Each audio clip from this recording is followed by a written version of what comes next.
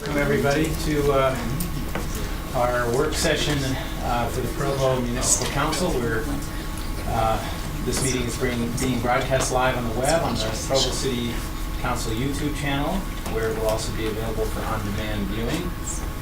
Please be aware that the microphones in the room pick up the noise of paper and other rustling objects. And further be aware that microphones may pick up side conversations. We are gathered in the City Center Conference Room on Tuesday, February 18th, 2020 at 1 p.m. at 351 West Center, Provo. So I'd now like to call for a roll call. Cliff Stratton. Brian Jones. Dave Sewell. Bill Fillmore. Shannon Ellsworth. Elizabeth Vanderwerpen. George Handley. David Hardy. John Agnes. Hannah Solzel. David Shipley. Travis Hogan. Mayor Kafusi. Wayne Parker. All right, thank you. We'll have an opening prayer by Amy Addington. Thank you, Amy. Dear Heavenly Father, thank you so much for this opportunity that we have to gather here today to make decisions regarding the city's future. Please bless that these individuals will make conscious decisions and be able to go with the guidance and have the Spirit to be with them. And we say these things in the name of Jesus Christ. Amen. All right, it is proposed that we approve the following minutes from October 8th, 2019. You've all been sent those minutes. Are there any objections or requested changes? Seeing no objection, I declare the minutes approved by unanimous consent. Although this is a public meeting, only the presenters and those seated at the council table may speak or ask questions unless otherwise invited by the chair. We'll begin with item number 1, a presentation regarding the fiscal year 2021-2022 budget from Public Works. This item has been given 60 minutes. Dave Decker will be our presenter, and I believe, Dave, you are aware we'd love to have time for questions, so thanks for your cooperation. Thank you very much, Chair Hanley, and thank you to the council, to the administration for the opportunity to do a budget presentation today. Usually, Public Works is toward the end of the budget presentations, and I don't know if that's just because or out of habit or what, but today we have I guess the reason I bring that up is usually the budget presentations, the good news is toward the end of the budget, and today you get it right at the beginning, and so you'll see some conversations about some rate increases and some other things that we have as part of the budget presentation this year. Before I get too far into the presentation, I want to acknowledge the help of the division directors that are in the back. The 3 division directors from Public Works are all with us today, so if there's specific questions about projects, they're here. I also want to tell Jimmy how much I appreciate his help with this presentation. It's really a team effort, and one of the big risks that I feel as you go through the budget presentation, particularly in Public Works, and you'll notice up here there's the 3 divisions, but they're broken out into, there's actually 12 different sections in Public Works, and we really, with an hour, you hardly even get to touch really what happens, especially on the day-to-day basis in Public Works. And it's really a fantastic team, and I feel very blessed to be able to work with a great group of people in Public Works. And I think it's important to acknowledge it is a huge team effort in so many areas to cover so many services. I also want to acknowledge the help from other departments. A few of the projects you'll see today, CIP projects especially that are being proposed, involve other departments. Oftentimes Parks is involved in projects, detention ponds and other kind of facilities that can kind of co-mingle with Public Works projects. But there's also help from other departments that's less obvious, and I think it's important that the council and the administration know that the success in Public Works is often dependent upon other departments and the assistance that we get from other departments. So I think with that, we'll move in to the presentation, and just a quick reminder to the council of the 3 divisions. We broke out 2 of those divisions into the sections and specific topics that they cover. It's important, I think, and I just realized and I apologize to Dave, there's 3 sections in engineering that are not listed there. So underneath engineering, there's development review that's under engineering. There's also traffic and also general engineering, where they assist other departments in engineering design. But we're going to jump right into last year's budget. So this, or I guess it's the current fiscal year budget.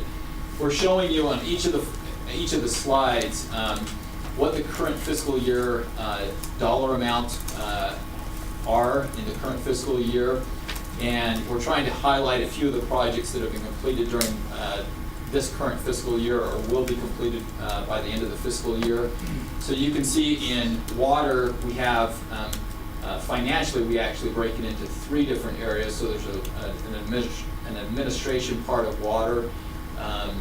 There's a distribution, and then also on the next page there's water sources. So these are a couple of projects that have been completed recently. The one over on the right is the 4800 North. On the lower right, on your left, I apologize, lower left,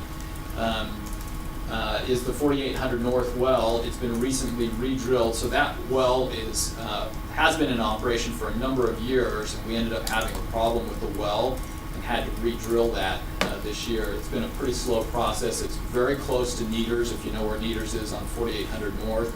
And the businesses have been very good, very patient with us as we've worked through these issues. We are in the process of bidding out the well house, so the physical structure that you see on top of the well will be designed and bid out in short order, probably within a month. And the construction of that will happen this summer. Just so that I made a note of this before to the council, but it's very, very close. It's less than 100 feet, I would guess, from the Provo River where that well was drilled, and most logic would think would hit water very quickly.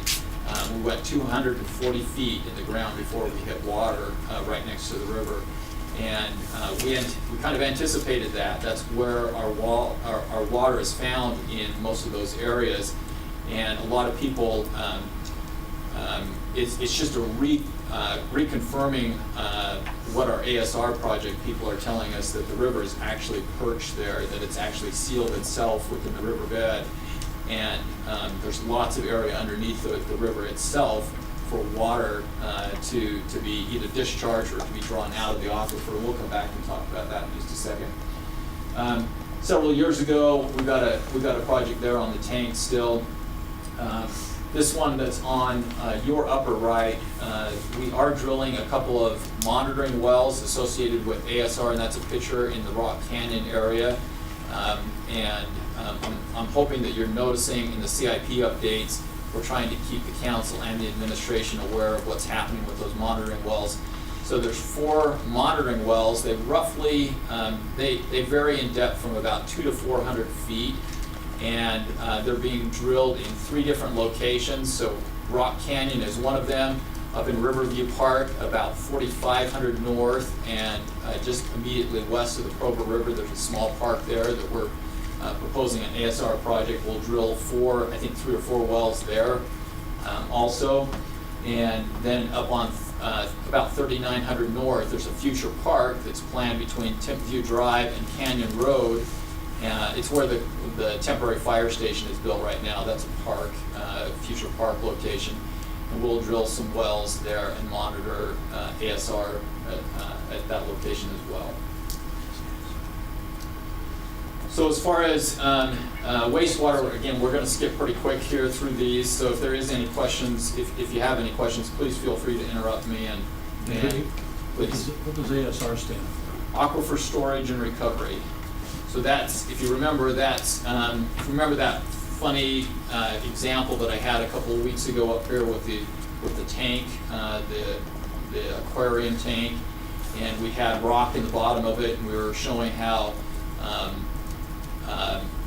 along this part of the Wasatch Front, many of the foothill areas have exposed rock, and actually exposed areas where the aquifer can be artificially recharged.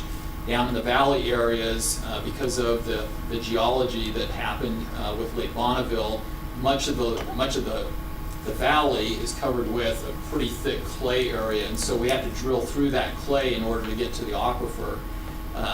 But in the foothills, much of that aquifer area is actually exposed, or the rock is exposed enough that we can actually artificially put water there, and it will recharge our aquifer. It'll travel through the rock and eventually work its way down into the valley.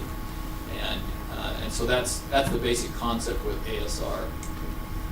And Mother Nature uses that same mechanism during spring runoff when you see water running down Rock Canyon and other. If we pull more water out than it's being charged in naturally, our aquifer's gonna be dropping down. So we have more rights, total rights, than we use, but the water rights in the river, which are the last that we use, if we don't use them, they just disappear. But if we were to take that, divert it,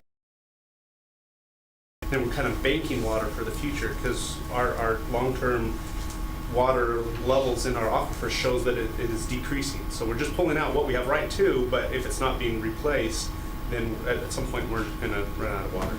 Is there a steady trend of reducing the water level in the aquifers? There is. We showed in previous, I don't know that we have the graph today in this presentation, we can probably find it. We showed a graph of two wells, one at the very far north end of Provo, 5600 North, we call it the 5600 North well. It's dropped since about the 70s or the 80s when it was first drilled. It's dropped about 70 feet since we drilled that well. Now that doesn't sound like a lot. What percentage would that be of its capacity? Well, that's a little bit hard to answer because we don't know the full, we haven't ever drawn the well down to the point where it can't produce any water. But we do know when we first drilled the well, it was 70 feet higher. And so if we continue to do that, oftentimes that's kind of the approach of the city, and I'm saying that in general, that's not Provo City, but oftentimes cities will think, hey, there's a never-ending supply of water underground. If we continue to drop that, we'll just lower the pump and just keep going after the water. Well, eventually you're gonna hit the bottom. You're gonna find, and we know there's not a never-ending supply of groundwater in Provo. We've drilled a couple of wells where we found it's not contaminated water. I won't call it that, but it's not drinking water quality. There's actually two over on the west side, and so we know about where the depth of that water is, and part of it's because of high mineral content, and one of the wells has higher water temperature, and so again, we kind of know a pretty good baseline where we don't want to drop the wells below that level. And so we kind of have this boundary where we feel like we need to keep the water, good clean drinking water within that boundary. And 70 feet is a pretty significant amount into that boundary. Do you have any kind of reliable number as to what percentage of our aquifer level that we've lost since 1970? Is this a continuous trend? It is, and I mentioned two other wells. The one other well that we've looked at is the 88 well on 800 North and 800 West. It's dropped about 20 feet, and the average, that's about the average over the entire city. And so if you were to take the entire area of the city and figure 20 feet, that's how many acre feet that we are not recharging naturally every single year. And in good water years, particularly in 17 and 19, and the way it's looking in this water year, it's the year to store. These are years where the snowpack is really good. We have high water runoff. In fact, one of the concerns that we'll talk about is stormwater concerns, flooding. And these are the years that we need to be using ASR and recharging the aquifer. It's the time to be doing it, so that in the drought years, you've got that banked, the way it was described earlier. I feel like I'm taking too much of your time for your presentation, but I'm trying to understand the extent of the problem. So if we have a really good water year this year, are we going to get that 20 feet back, or No. just a couple feet? You'll probably, I would, Gary, our consultants, would you say if we saw an increase of 3 to 5 feet in the aquifer each year, would that be optimistic in your mind? That would be very optimistic. right now we're going down 1 to 2 feet on an average.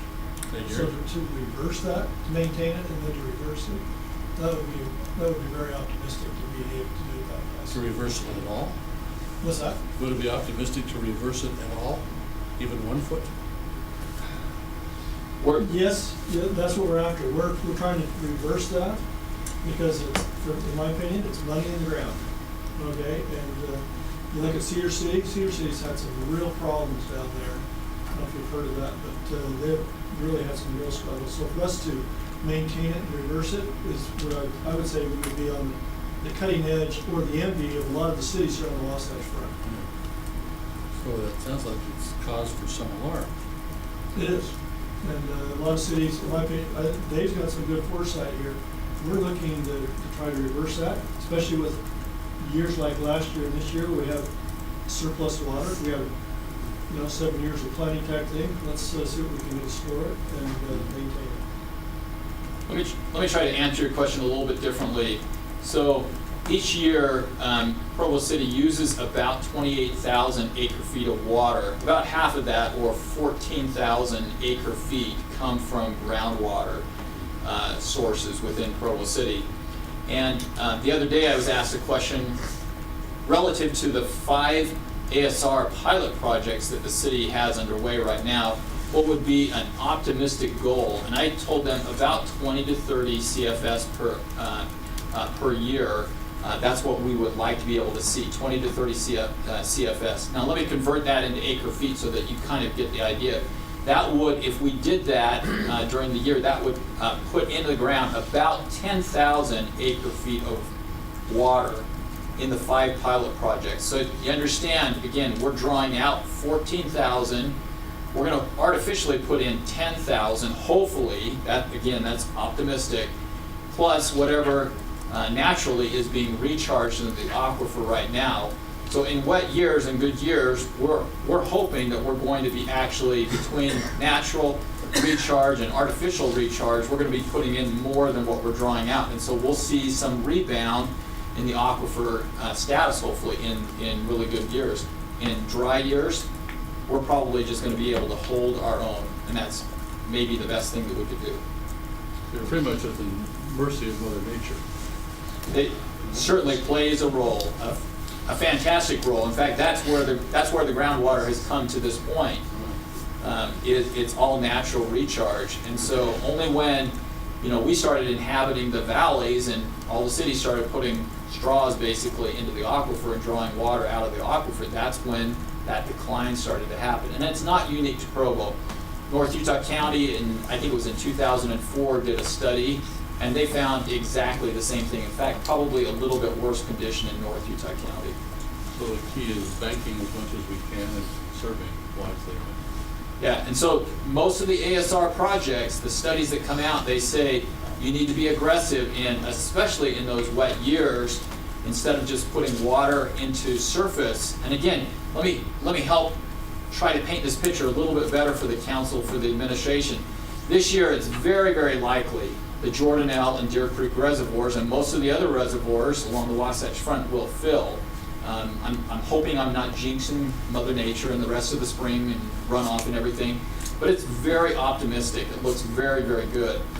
And we'll probably, if I had to guess, we're probably going to experience some high flows in the river again, probably around 1,500 to 1,800 cubic feet per second, which is very similar to what you saw in 2017 and 2019. That water just goes into Utah Lake, and yes, Utah Lake has some water rights associated with it, but the state engineer's office has reported about half, 50% of the water that we put in Utah Lake is lost to evaporation. So no water right, nobody in Salt Lake gets that water. It just simply disappears.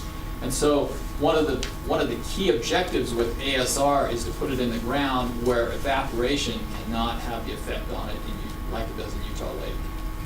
Okay, thank you. Really good question. So we'll talk just a bit more about ASR in a minute. So wastewater collection, again, just a little bit of information as far as the number of miles that we maintain. You can see the 2020 operation budget here. And again, it's important to remember that wastewater has a collection or a pipe system. And then it also has a treatment plant. Those are two different divisions in Public Works. They operate very closely together.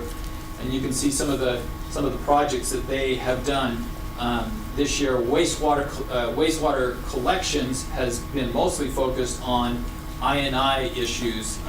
Remember, we have some older pipes in the system that are leaking, either through joints or cracks that have happened in the pipe. And that natural water that's coming in from outside of the pipe that's not intended to be inside that pipe. That's one of the objectives. What we're trying to do is to eliminate I&I in the collection system. The other thing that I would highlight this year that's happened in fiscal year 20, and it's actually over the last 3 years, we have installed about $17 million worth of what I call the backbone pipe of the west side, the future west side collection system. And another $2 million will be installed by the end of the fiscal year. This is mostly from the Lakeview Parkway up through, and we'll show a map in just a second, up through Center Street. And the focus from this point on will be north of Center Street going up toward the high school, and also construction of a master lift station near the airport. So those are the areas that we'll be focusing on. As far as the treatment plant itself, we continue to move forward with the design of a new treatment plant. I mentioned before that an MBR plant is the design. It's intended to meet not only the 2020 regulations, but the future regulations anticipated around 2030, and to have a very high water quality effluent from the treatment plant that could be utilized for other sources once it's online. Right now, the construction of the treatment plant is planned to start late summer, early fall of this year. They'll start some earthwork on it, and with the actual construction starting out of the ground next year in 2021. We also anticipate that will take about 3 years of construction. That's a big project. So we're going to skip into stormwater for just a second, and some of the main things that have been accomplished. And again, we're just barely touching on some of the main things. There's a lot of significant projects that are happening that I'm skipping over. But they installed nearly 3,000 feet of 48-inch line on 1600 West this year. This is City Crews. This is important to note that City Crews did this. It was a huge undertaking for our stormwater crews, and they did a fantastic job out in that area. We also completed the stormwater master plan, and you can see these are more recent pictures right now. This is taking down some buildings, making way for the new city center over near 500 West on this block. And this picture up here on the right-hand side is out at the airport. I believe this is one of the moat crossings at the airport. And I think it's important. I'll cover this now. I was gonna cover this with the airport, but our streets and stormwater crews are doing a lot of the work that had been originally planned for contractors. The two moat crossings saved about $400,000 for having city crews do this. There's some street work that's going to be done. It's not the actual street, it's the fill that's required for the street. If the city crews continue on that path, which is our intent right now, if we can keep up with all the other projects, that's another $600,000 that it will save on the airport project. So between those two parts of the project, city crews are probably saving close to $1 million on the airport project because we're doing it in-house. With streets, again, we're skipping a lot of detail here that happens on a daily basis. You can see the number of lane miles that we maintain. Snow plowing obviously is one of the main functions of our street department. It's also it's assisted by a number of the other divisions, so it's not just our street crews that are involved in snow plowing efforts. In sanitation, you can see the number of services that we provide in sanitation. This is all done in-house, and I think it's a significant service to the city. There's some very significant benefits in having this as an in-house service. Our fleet department, our fleet section maintains more than 700 vehicles. They're primarily involved in not just the maintenance, but also the acquisition. So you'll probably note a number of new vehicles, especially in the fire department this year, and I think 2 years ago. Our fleet manager and other mechanics have been heavily involved in the acquisition of those vehicles and assisting other departments as those vehicles come in. At our airport, I've talked a little bit already about airport, the operations there, and I think one of the things that I'll mention with the airport, there's a lot of activity happening with the airport. It changes pretty much on a daily basis, and Brian mentioned to me that if any of the council, or if the council would like as a group to go to the airport and just kind of see what's happening, there's a lot, it's starting to take place. You can actually see where the building's going to go. They've built the road, not the asphalt, but the underlying material that makes the road is in place out to the terminal site. They'll move from that point, putting in material for the terminal, and then out to the apron as they continue to move west toward the airfield. So there's a lot of things happening at the airport, and it's something to keep in mind. This year, as far as what's happening that has been completed already, the construction of a new hangar and new taxiway has been completed. This is kind of overshadowed with the terminal, but I think we've had 4 or 5 hangars been added. Is that 4? Thanks, Brian. And there's a lot of significant changes happening at the airport, even outside the terminal. In engineering, a lot of maintenance issues that they have dealt with, the street maintenance, the sidewalk project, and then several other significant street projects. Bulldog Boulevard, or Cougar Boulevard, has been completed this year, 200 East. And also, engineering is heavily involved in the 500 West project. That technically is a UDOT project, and I try to remind people that that's a UDOT project, but we're heavily involved. In the first year, basically, was a lot of utility installation relative to sewer and water and stormwater improvements on that road.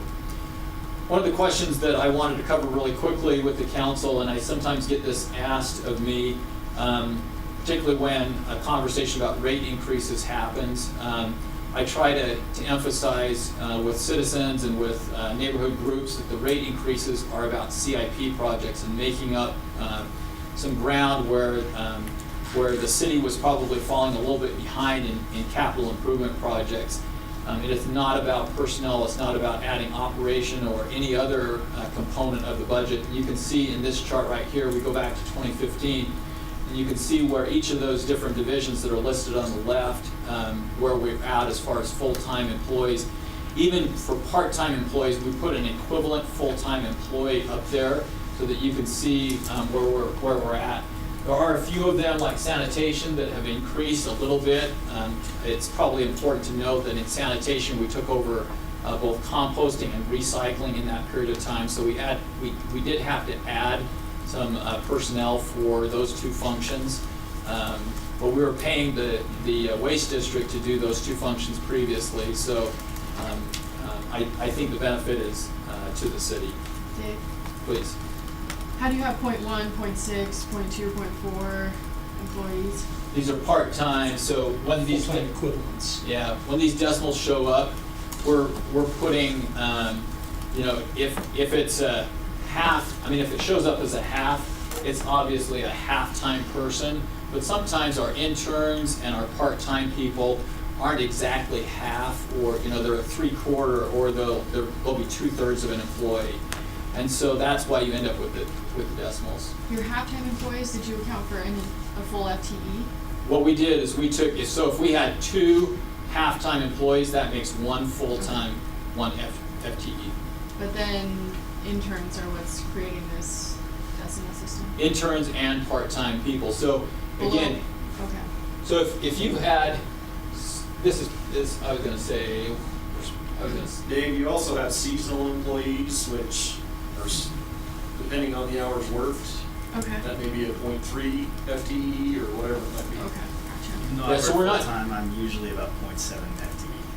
That's how We're much not I talking about productivity trends. Okay. We didn't go there, okay? We're I give trying. 110%, Travis, all the time. We're trying to make sure that the council understands, we're not, we have a lot of seasonal people in public works, and we're trying to account for them in this chart. Okay, gotcha.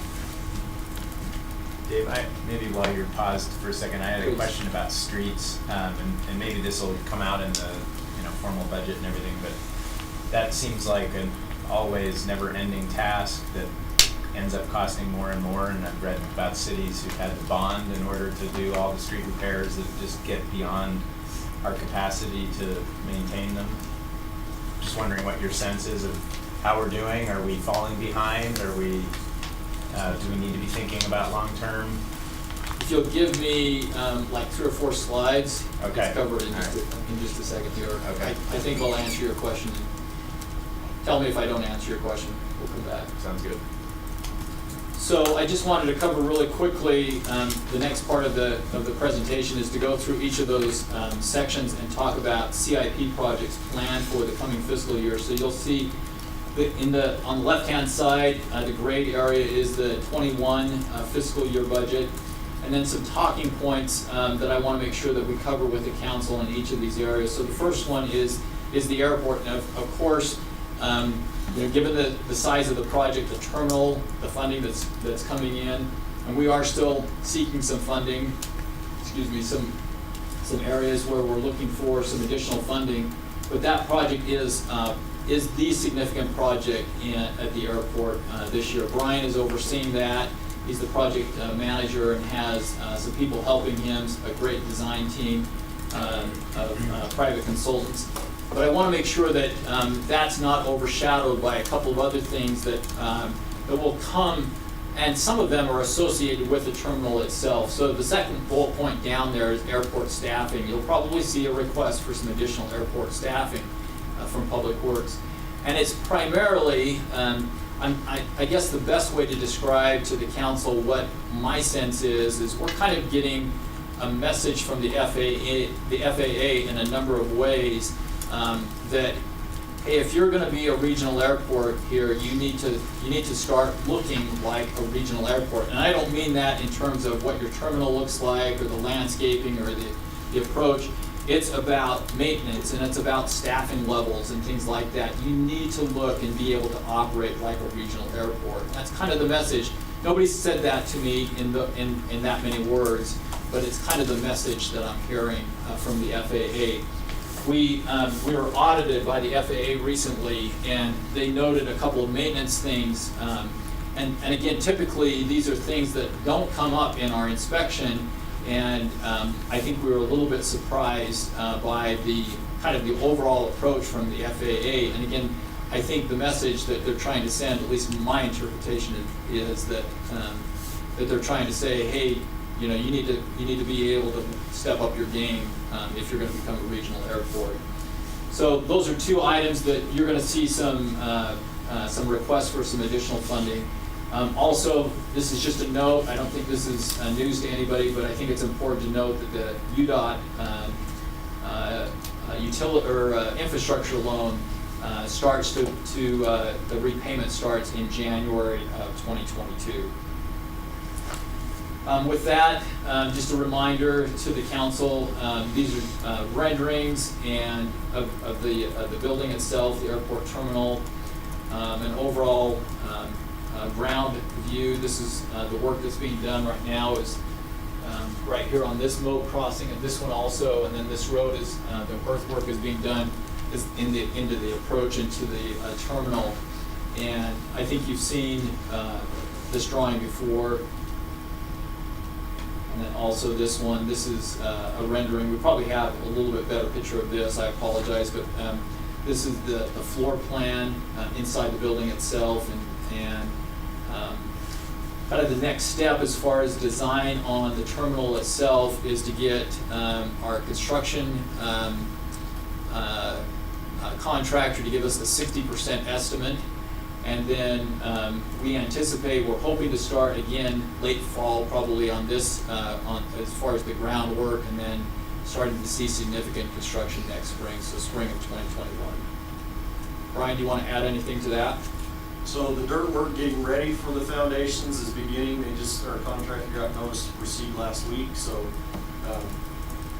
although it may seem like it's just a big jumble of dirt out there, it is actually part of the vertical construction that we're preparing for. So terminal construction will begin. You just won't see concrete and columns and all that sort of thing until, as Dave indicated, probably next spring. So B&C road funds is the next area, and B&C road funds come from the state gas tax. There's a specific quantity of money that comes to each city based on lane miles and kind of a various formula that UDOT has for each of the cities. And you can see what is anticipated in CIP projects, again, over there in the gray column. You can also see in the future, out 4 or 5 years in the future. One of the topics that I did want to cover with the council just briefly, and this starts to kind of to talk a little bit along the question that you had raised, Mr. Handley, about sidewalk. You can see sidewalk repairs right here. The city has been funding pretty consistently about $500,000 in sidewalk repairs, and I can tell you the list that we have in Public Works, this is a list that's generated from complaints of citizens, far exceeds that dollar amount. And so one of the recommendations that, or at least a discussion point with the council and with the administration, is a consideration of increasing the funding for sidewalks. Gary? You might want to explain to the new council members what B&C stands for. I don't know if everybody understands that. So B&C, there's a formula that the state, and it's mostly UDOT uses with gas tax money. So every time you fill gas up at the pump, you pay a gas tax. And the formula is broken into A, B, and C parts. The A part goes to UDOT, and it's basically all the highway, the interstate and all the state highways gets the A portion of the funding. And then the B and the C comes to, it's technically the counties and then the municipalities. So B and C doesn't really stand for anything, it's just the second, third part of the formula, basically. That's all it is. Please. And why do we project it to be cut in half? 24 or 25? Is this the funding sources right here? Jimmy, do you know? Yeah, it's the funding won't increase. It's just needing to identify projects that far out. Oh, okay. Yeah, we're not anticipating. In fact, there are some conversations about increasing it, but it's not significant increases. Brian? You may note also, Dave, that a large portion of those funds we receive from the state actually go towards operating costs of the streets division. So right off the top, we're funding operations with that money as opposed to funding street maintenance. I believe that's around 2 million, Jimmy, is that right? It's a yes. it's a About significant. 1.8 million goes to streets. Dave, Please. do you know what percentage of our roads budget comes from our transportation utility fees? So you'll see the UTF here in just a second. We have another slide on the UTF, and you'll see. So you can look at what we do as far as the street overlay, the dollar amounts right there that we use for the overlay, and then the entire amount from the UTF goes to the street overlays as well. So that's generally, David, it's around, what is it, 2.6 million? 2.6 total between B and C and UTF. Uh-huh. And it's important to note that that could be in jeopardy during this legislative session. Right? We'll talk about that in just a second Okay, here. thanks. So engineering CIP, and I can't remember, let's see, we did. Yeah, I just want to make sure that I've got that item covered. Engineering CIP, this is money that generally comes from the general fund or other funding sources. So you'll notice that there's several large projects down here. Most of these are being funded through MAG. So this is, MAG stands for the Mountain Lands Association of Governments. It's headquartered up in Orem. And the mayor sits on a board, all the mayors basically in Utah County, and I think Wasatch and Summit County, yep. There's a couple of other counties, and they make up a voting body and basically decide where portions of funding from the state is going to come from. And most of our street projects come from MAG funding. Not all of them, but a large majority of them. And you can see the projects, the big projects in this fiscal year, this coming fiscal year, and in the next fiscal year are mostly focused on the Lakeview Parkway, north of Center Street. So basically from Center Street up to about 620 North, where it hooks into the street that's behind the high school, the new Provo High School. So that's, David, with respect to item 10, the Lakeview Parkway and Trail, yep. so it's $5.5 million, but the lines to the right are all blank. So this is one portion of this project right here, and you can see this is actually the exact same area. So again, I described it a little bit broader, and these projects are broken down a little bit more. But basically, we're going from Center Street, where the Lakeview Parkway terminates right now. So if you've driven out to the airport, you'll notice that new road, it comes up and swings a little bit to the west as you get to Center Street. And it just dead ends on Center Street right now. Right. And that is planned to go further north.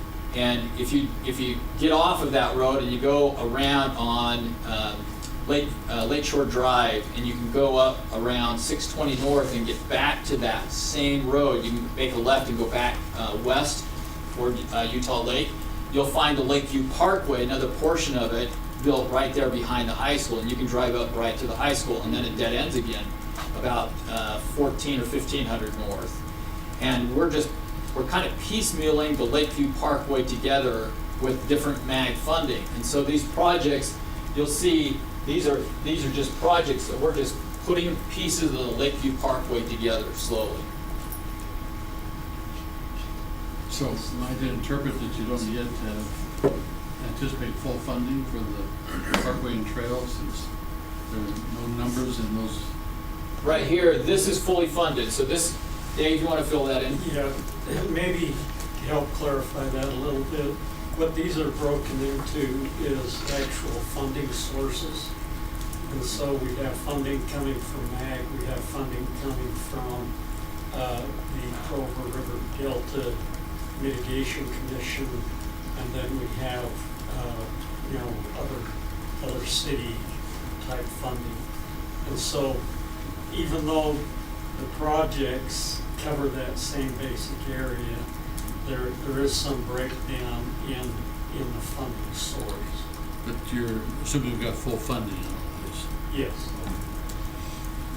For that section. And most of those, if it's showing here, we typically, especially in current fiscal years, we have gotten approval from MAG for that funding. And so it's been through the cycle of requests for funding, and the committee that I mentioned from the mayor, that the mayor sits on, they've approved that request. That happens every 2 years. There's a cycle of requests for funding, and we participate every 2 years in that process. So these approvals were probably given, what, 4 years ago, something like that, Dave? About 3 years. 3 years ago.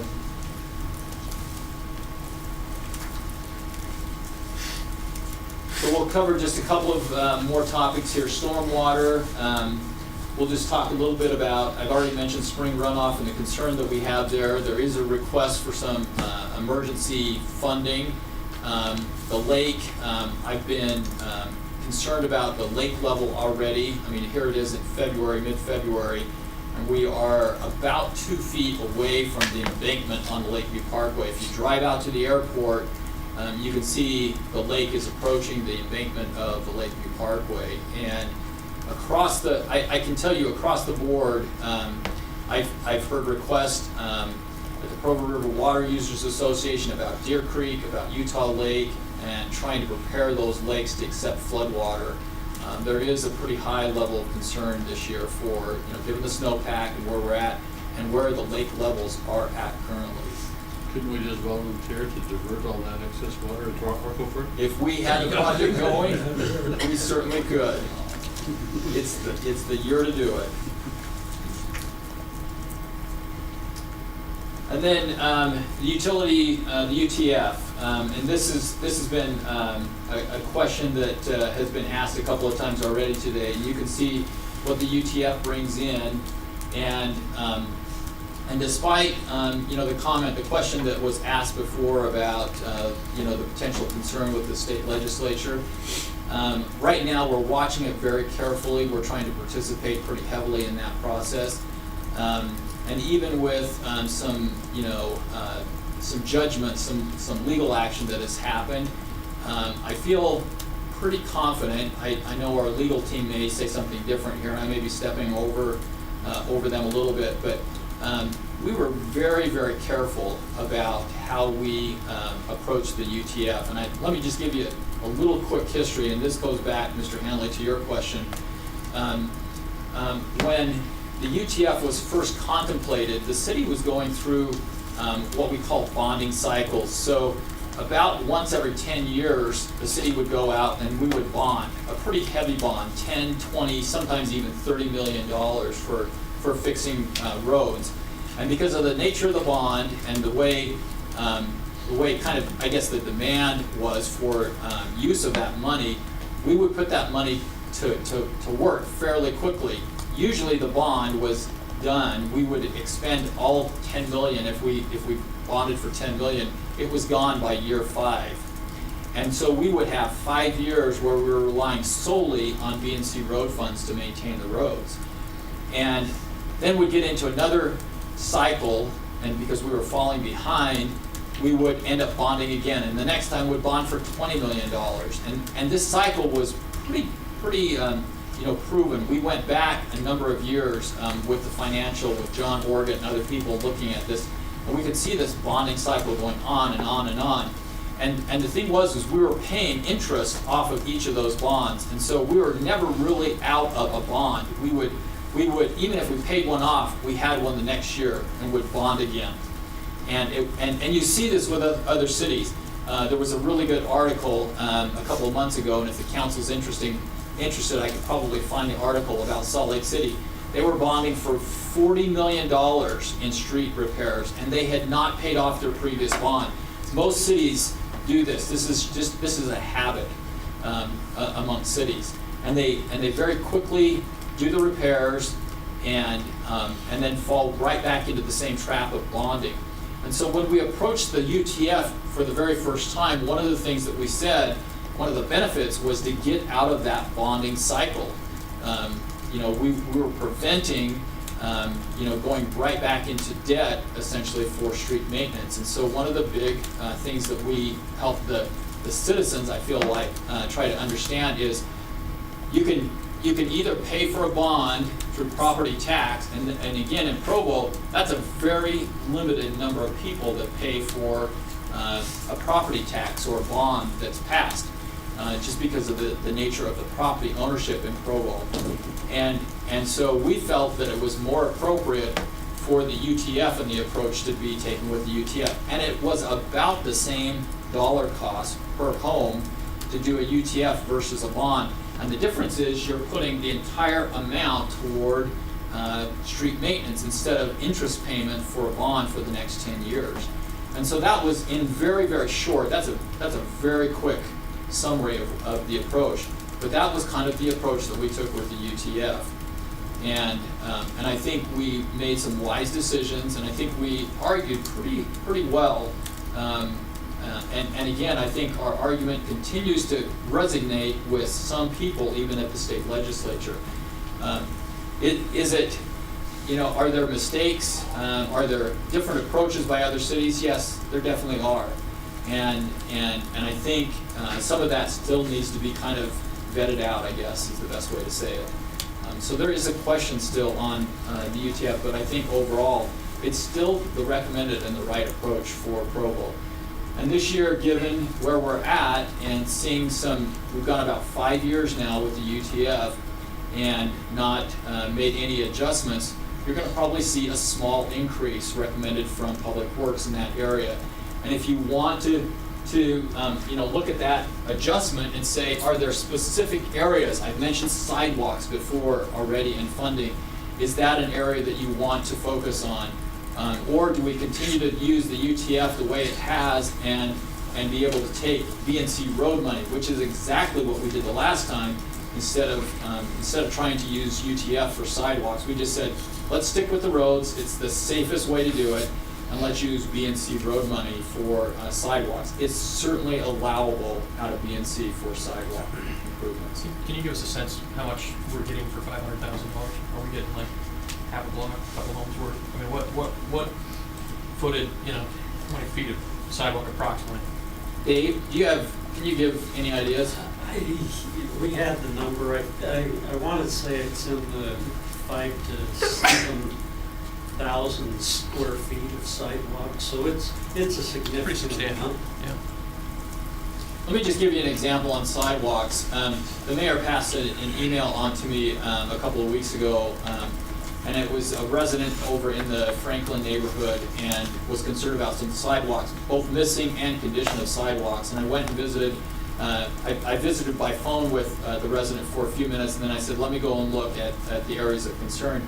And I went into that neighborhood, and specifically where she was concerned, but then I drove block to the next block, to the next block, and I went all the way around the block. And every single block I said, really the whole block needs to be replaced. I mean, you can literally walk entire blocks in not just that neighborhood, but other neighborhoods in the city, which I've done, and literally, in some cases, the entire block could be replaced. It's in that kind of a condition. Be aware we have about 10 minutes left. I know we've been asking a lot of questions. It's okay, please. I don't remember exactly the numbers, but the impact, the way that it was expressed to me, that really kind of stuck with me is, at the rate of funding, it would take like 45 years to replace all of our sidewalks, and the sidewalk lifespan is like, It's not 40 years. it's not 40 years, and so right now, our level of funding doesn't even replace the ones we have, much less the ones that will be built in the next 40 years as well. But I mean, at least we're close to replacement, but not, and we're not getting any better. We're not making any progress on it.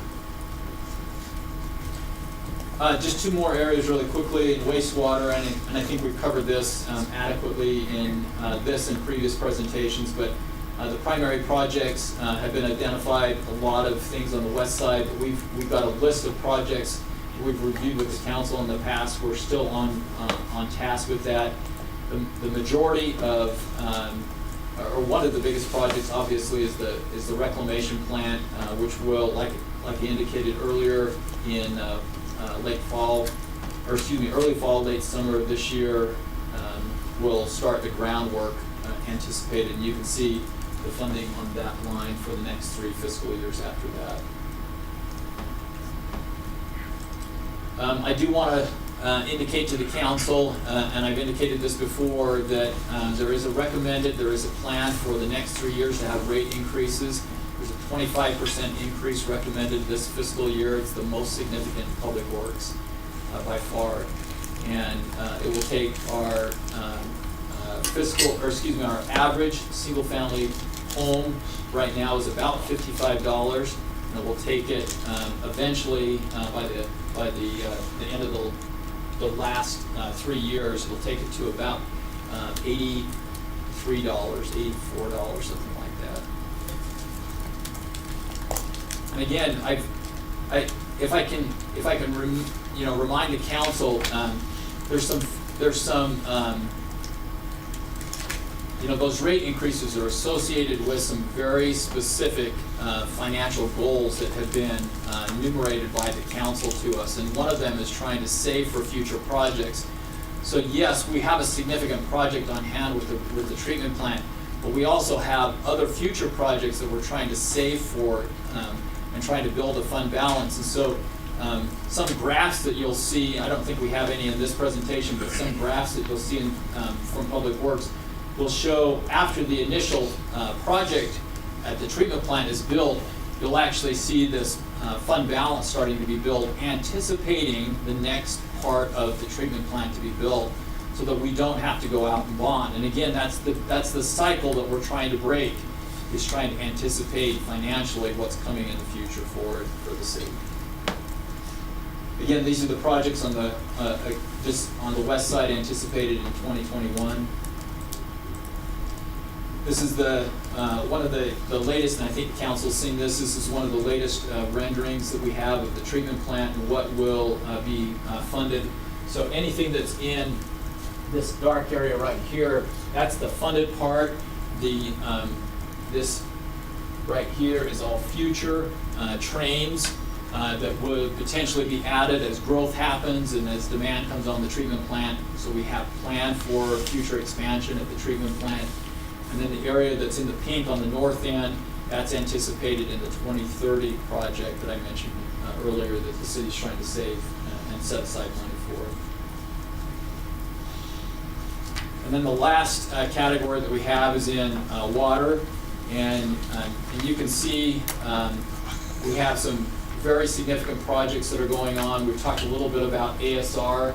This is a project that has been recently added on the CIP list, and we've also increased the funding for it.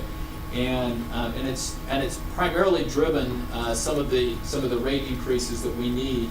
We're recommending a 5%. It's a much smaller anticipated. We had actually hoped this year that it would be even smaller than that. We were hoping down in the 3% range, but with construction prices the way they are right now, that's the recommendation that we're giving to the administration. You can see several other projects that are significant. The reservoir replacement, we're continuing to fund that. There's two projects, or there's two lines on this budget that are savings accounts essentially. So the reservoir replacement and also the 48-inch, let me see where it's at, right there. The 48-inch water line on Canyon Road, we've mentioned before, this is a need for a redundant, one of the main distribution lines that comes out of Provo Canyon. We're saving project money for that as well. You can see wells continue to be one of the main focus points of the water CIP, and we're seeing again costs increasing significantly on wells, and so we're trying to keep up with the costs and the demands with the wells. So there's a number of areas where we're spending significant dollars in water to try to keep up with what's happening, not just with current demand, but trying to anticipate future droughts and dealing with water rights. And a lot of this, the conversation kind of comes back to ASR oftentimes and how important that project really is, not just for water supply, but protecting our water rights as well. So I've already mentioned these two line items to the council. So these are the two savings accounts. You can see the total amount that has been saved over the last 3 or 4 years since the council initiated that approach financially.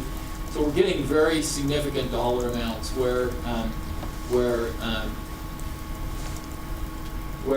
some of those projects, if we had one of those reservoirs that I mentioned, they're aging reservoirs. If they came down today, we could probably replace that reservoir without having to bond for it today. And that's a significant financial benefit to the city to be able to do that. We've mentioned a couple of things already, the rate increase that's recommended to the administration, aquifer storage and recovery.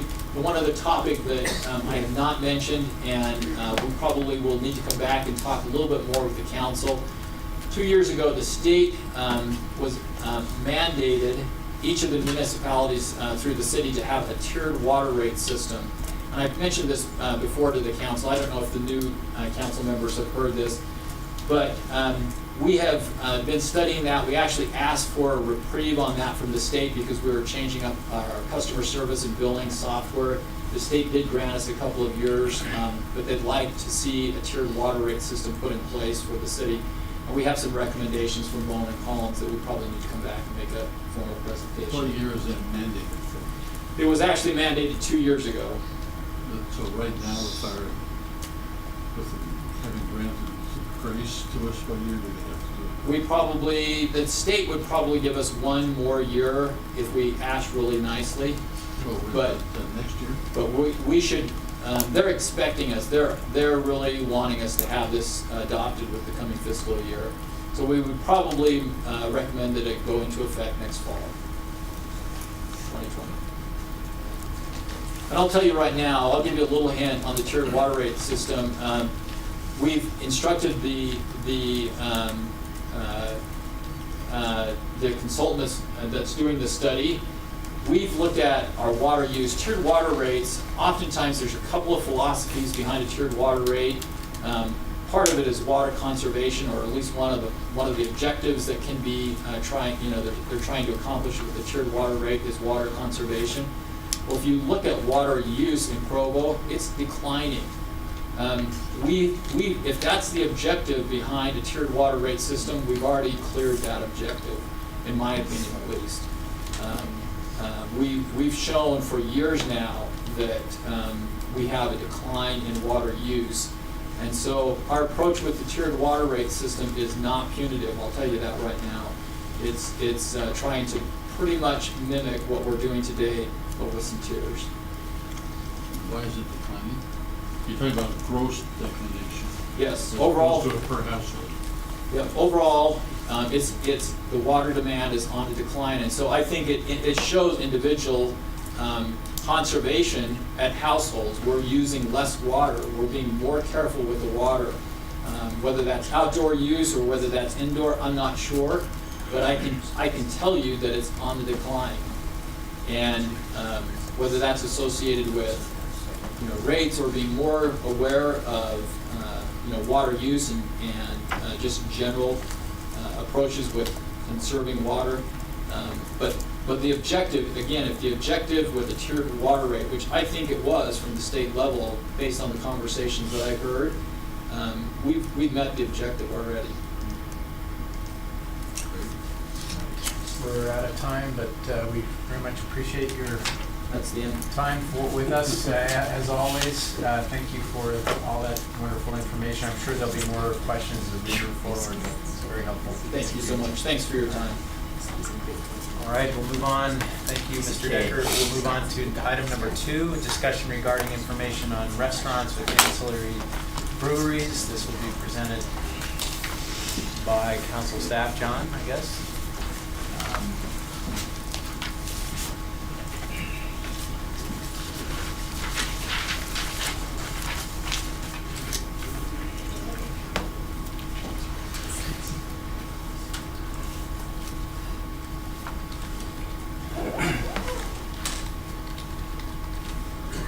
Councilor Wayton, we asked John and Hannah just to give a very quick overview and give you a chance to ask any final questions before tonight.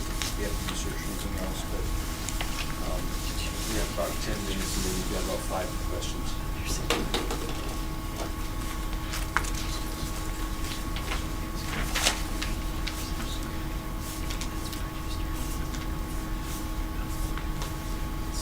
Okay, first and foremost, this is not a scientific poll. We didn't try.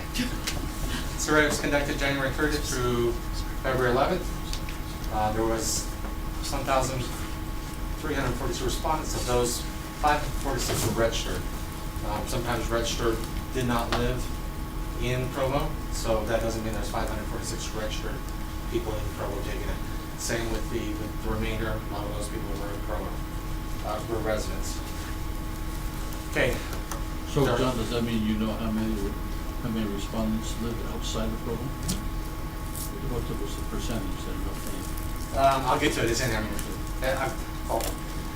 So there are errors in the data. Just by looking at it and going over stuff, I can tell there's error. First error we have is this self-selecting. We let people respond to this as they felt they wanted to. Meaning we didn't go out and do a random sample. This isn't scientific, so we didn't worry about that too much. We can always correct for any of these things that are errors can be corrected if you have the right models and the right software. But we do not, so we're not going to try to correct for the errors. We did weight our data to try to match the census data on gender and age. There is a weighting error. I can see that. I'll show you what that is. And we were really undersampled, males 21 to 29. That undersampling causes some distortions in the data. Here's the weighting. At the end, we had open-ended question. They gave us some responses. I took those responses. There was 300 something, and I got them down to 9 categories. This is how we reached out to everybody. you guys all seen this in the memo. We emailed, we had social media, we had the neighborhood councils, we used your guys' social media, so it got out to a lot of people. From what I understand, 1,300 responses is like 3 times as many we've gotten for any other survey we've done. This is the other part. Newspapers, there's been also articles written on it too, and they had time during the article, when the articles were written, to respond. Okay, so this is the female by age. This is weighted. This means this is what's, this will be 51% of what Provo is female. And this is their weighted. So at the end of the not supported, you'll see as it goes up, 21 is at 6%, and as you go up to the 60 plus, it grows to 43% not supported. The inside is unsure, and then the sports side, you can see the age plays in here. The younger they are, the more supportive they are, until it drops off at the 60 plus. There is this one right here. There is some damage to the data because we didn't have enough. So is that broken out by Provo respondents versus non-Provo? Yes. So everything is going to be registered Provo residents, unless they're on the screen. It says something different. This is the males that are weighted. This is a distortion caused by not having enough of that age group, and this is a distortion too from weighting. There's ways to correct that, but we're not worried about that. This is when we combine them, we actually see it smooths back out. So it's not, even though it's an issue for what we're looking for, it's not that big an issue. You still see support is still broken up by age. The younger they are, the more supportive they are, dropping off at the 60 plus. So this is just to look at weighted versus not weighted. UW is unweighted. W is weighted. So when you put the whole group back together and you stop weighting it, you still see on the support, it's still going the right way. It still says the younger are more supportive, and the weightings are pretty close to each other. So what that tells us that even though our sample self-selected and we did weight it, it's pretty close to what is out there. And that was kind of nice. That means we don't have a lot of distortion in it. Here is the female versus male. So it's just a gender break. Someone asked me about gender, breaking it down by gender. So the first two, the blue and the orange, are the weighted, and the last two, the gray and the gold, are unweighted. So you see, even on those, they're pretty close to each other. Females do support this a little more than males. Any explanation for that result? We have more reason to drink. Put that in the minutes. We didn't really go into great depth on breaking that down. We can. But no, it was just how it came out. That's anecdotal, by the way. Not personal. It's not scientific. It's not a scientific poll. It's not scientific. Here's the response who don't live in Provo. This is how they broke out for their age, which is really weird because if you'll notice at the higher end, the 49 through 60, they're going high. They're not falling off. So people who are outside Provo, and that shows some of the distortion over the whole 1,300 respondents, is the outside people dragging the support up in those age groups. But significantly, the numbers are fairly high all across the board, but outside of Provo residents, Right. non-Provo residents seem to favor it even more. Right, especially in these two age groups. Because Provo, I think you're down to 60. Say that again? These two age groups, 59 and 60, we had 100% response to say they're supportive or very supportive.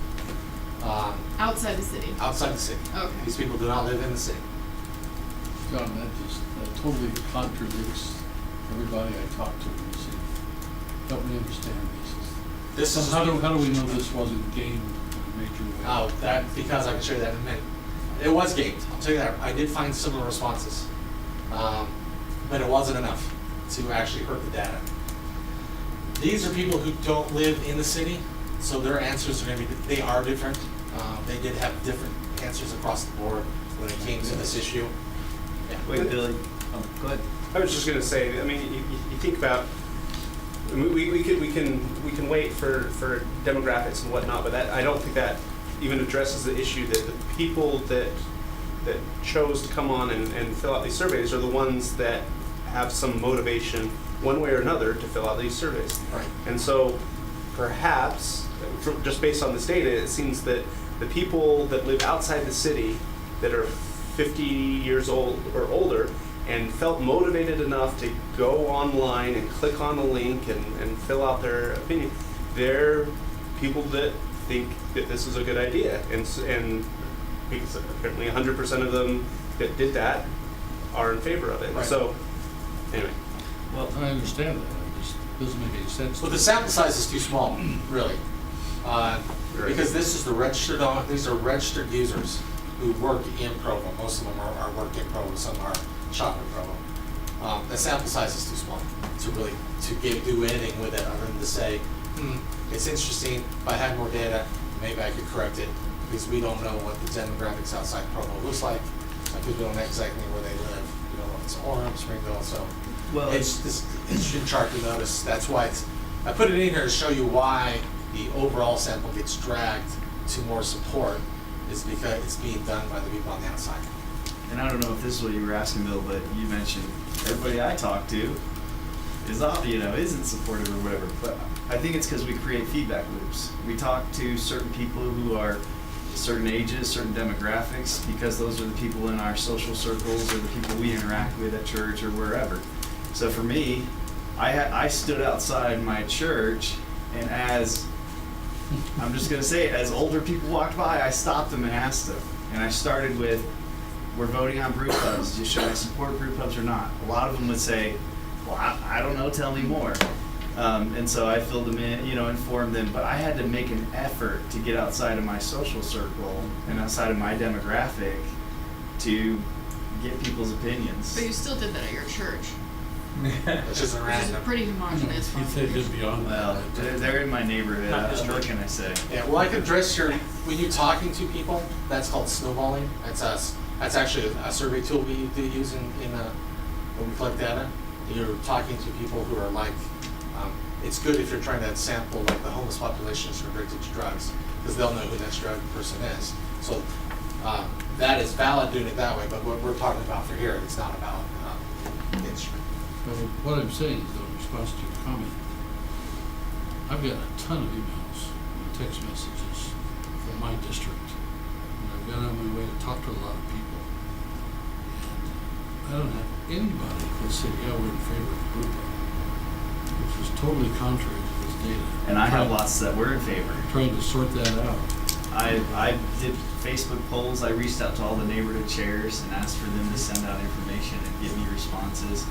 I made phone calls. It's again, I think it's self-selecting. We still select those we reach out to. I don't know. Yeah, and I think maybe for the sake of the discussion this evening, it's going to be very important that we make this very clear to the public.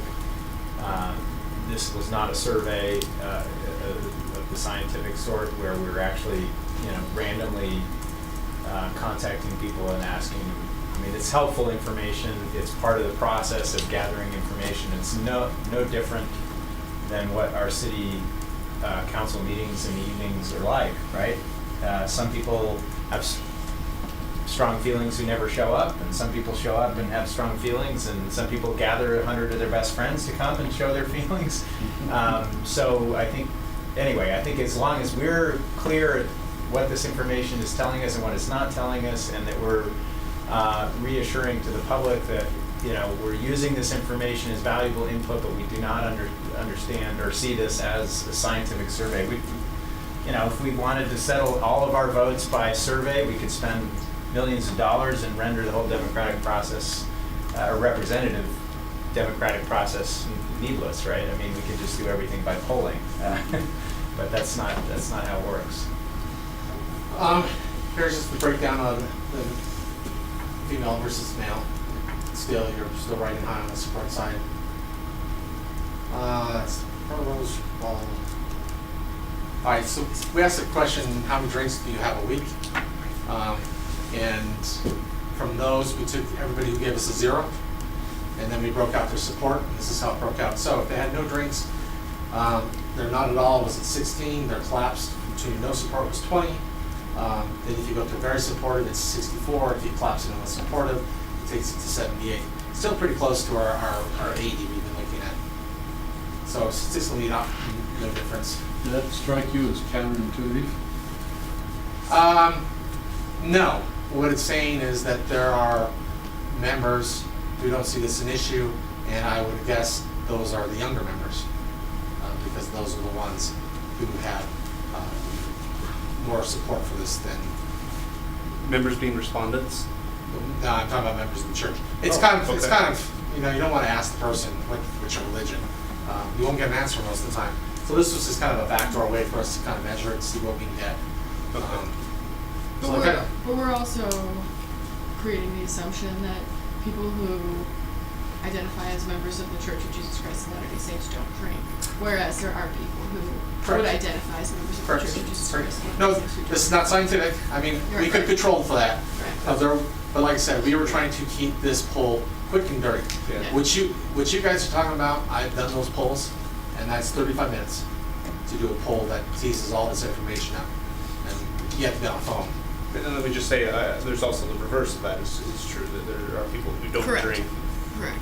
Right, we So- could have asked enough serious questions to actually break those people out. The broadest generalization is just that among people who have on average 0 drinks per week, about 80% of them are supportive or very supportive Right. of a brew pub for various reasons. Right.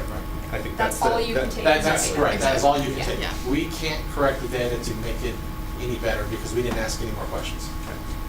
We're already out of time, so hopefully you can wrap it. Yeah. We'll certainly revisit this tonight. Right, so there was a question if the police don't, if the police don't have a problem with this, does that influence your decision? And on the first ballot, you see, it didn't change much to the second ballot. And the people said, no, that wouldn't influence my decision at all. They didn't move either. So that shows us that the people who are opposed and the people who are supportive are pretty transient. They don't move no matter what you throw at them. So push pulling didn't really work on them. These were the open questions. So at 16% positive net impact, 26% positive community impact. Don't know what that means, Jeff. They would say statements like, this is a positive for Provo, this is more inclusive for Provo. They would use terms that had a positive, would come up with some kind of positive impact to the community, outside of economic issues. They would, sometimes you get 2 or 3 paragraphs and they would make 4 or 5 statements in it that you could actually quantify. These were the open-ended questions where they got to write anything they want. So if I read this correctly, you take the 8%, which is morally opposed to alcohol, you take the 13% against because of family values, you take the 9%. Well, 9% is morally opposed to alcohol, 8% is against because of family values. Okay, I'm not reading the. Right. the right 8%, place. or the 8%, the brown 8% was, people thought it was too restrictive. They did not have an idea that that was actually state law. Just throw that in and understand people taking this don't even understand what you're talking about sometimes. The 2 are there telling of the no negative impact on public safety, which is the blue at 8%, and then negative impact on the community, which is at green at 5%. So those are just the open-ended questions we qualified for you, just to see, kind of come up with. And then you collapse them even more, positive response, negative response, neutral response. 65 of the open-ended questions were positive, 27% were negative, and the other 8% were neutral. They didn't really have a positive or negative, they were just making a statement. Thank you. Quick question. Not even a question, just a statement for people that are listening. Push polling has a very defined definition of what push polling is. There's kind of a negative connotation on how it can be used, but I believe Mr. Magnus was using that in like the more scientific defined one, and we can talk about it more later on, but just we were not using push poll in the way that it's sometimes used in other places. Push polling, there's 3 types of polling: scientific for academia, there's political polling, and then there's market polling. I have done all 3. Push polling in politics is you're pushing your opponent's negatives, you're pushing your ideas, you're pushing this, pushing that, pushing whatever. it's not unethical, it's not marketing. You're pushing brand recognition, brand A is better than brand B. It's just a way you're trying to get a baseline how people think. You give them all these ideas and information, you're trying to move them along, and then you pull them a second time to see if they've changed their mind. And I can tell you that on our survey, they didn't change their mind yet. All right, thank you very much, John and Magnus, for your work on that, as well as the rest of the staff. Mr. Chair, Yes? can I just make a quick comment? Yeah. Prefer to make it here rather than a public meeting. I got some feedback that the poll was kind of suggestive. I mean, there were about 5 or so benefits that were sort of suggested in the question. I think there was only one drawback, maybe that they referenced public safety. So I just think it's important that we get a couple of proponents in the room and a couple of people who are opposed and kind of go over the list of benefits and drawbacks to make sure that they're represented when we do things like that. Well, and like I said, I think, well, maybe I didn't say this, but I maybe wanted to, but I think as we assess what people are telling us, both here and in person or email and texting, that's exactly what we should be doing, right? Is sort of looking at not just, well, how many people are saying one thing or another, but, what are the pros and what are the cons as different people see them, and then how do we see them? All right, we have now time for item number 3. This is presented by David Mortensen, and I don't know if Dixon is also part of this, but he's listed here. Yeah, Dixon's not able to come, so he all right, and this is a sends his discussion apologies. regarding the appropriations on the agenda for the evening council. A number of them.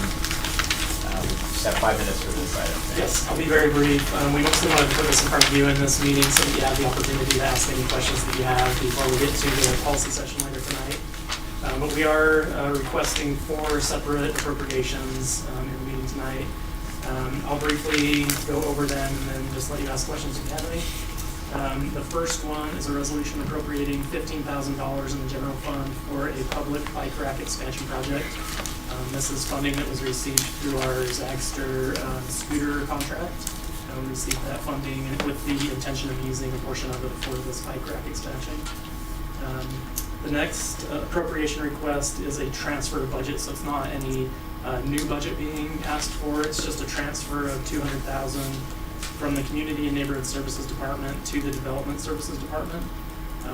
The background on this one is this fiscal year 20, is the first year where we've had 2 separate departments where before they were combined. And during the budget process last year, every effort was made to get all those personnel in the right place and split up correctly, but it didn't quite get there, and there was some people that ended up in the other department that were originally thought would be in one. So this is just a correction to get the budget in the right place for those departments. The next 2 are both related to economic development. One is the Dixon, he should be there for the meeting tonight, I believe, but I couldn't make today. One is a request for appropriation for a reimbursement payment to satisfy a previously agreed upon agreement with Parkway Village Provo Holdings related to economic development. And then the big item is a resolution appropriating just over $3.6 million for construction of a new roadway, utilities, and infrastructure at the Mountain Vista Business Center. The sources of funding for this, it's a 50-50 match grant from EDA, and so half of that would be city funds, half a grant from them. And the city funds are a result of the sale of land that we recently closed on. That's it. With that, I'll take any questions. Is the letter item number 4 pursuant to a contract with Mount Vista? There's a development agreement there that we're obligated to fund this. I am not. John, do you know if that's? I guess you're probably, it's related to a road that they're putting in, and some of the property that we sold was conditional upon that road. And the road has been part of the plan for several years to complete Mount Vista, and so we have, it's in what we call Fund 276, which is our Mountain Vista Fund, and that's money that's just been generated from the sale of property. And So it's just further investing into that.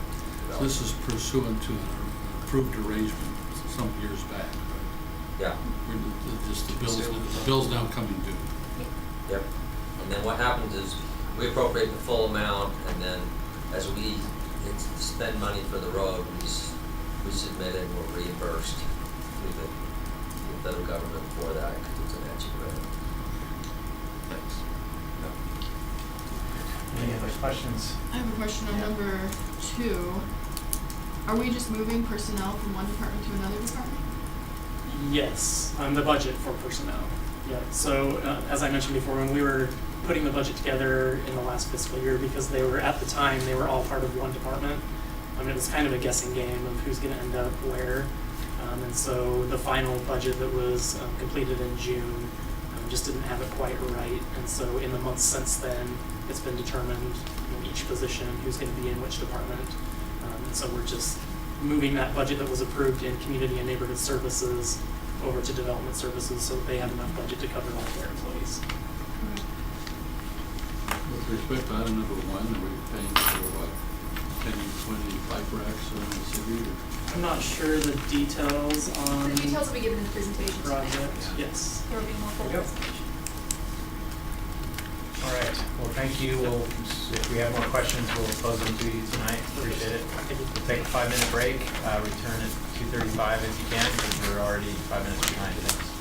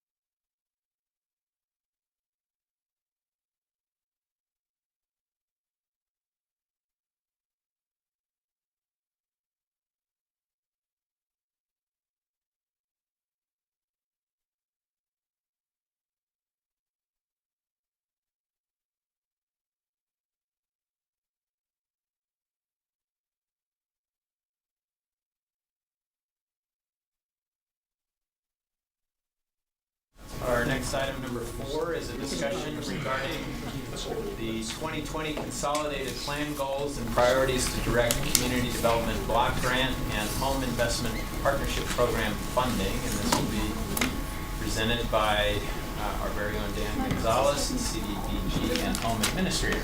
Welcome, Mr. Thank Gonzalez. you. Yeah, good to have you. And this is allotted for 30 minutes. If you can shave off a few, that'd be great. But We'll try to be brief as we okay. can. Thank you. Just waiting for the presentation.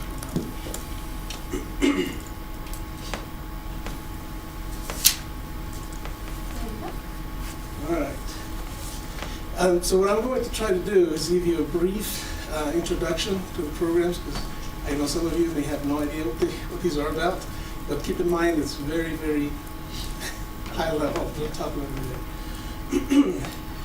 there. Okay, so 2 programs we have: the CDBG, the Community Development Block Grant, which was created back in 1974, and this program came out of particularly 8 different programs and grants. They just put them all together, put them all into this one program, CDBG. As you can see, the uses are quite wide.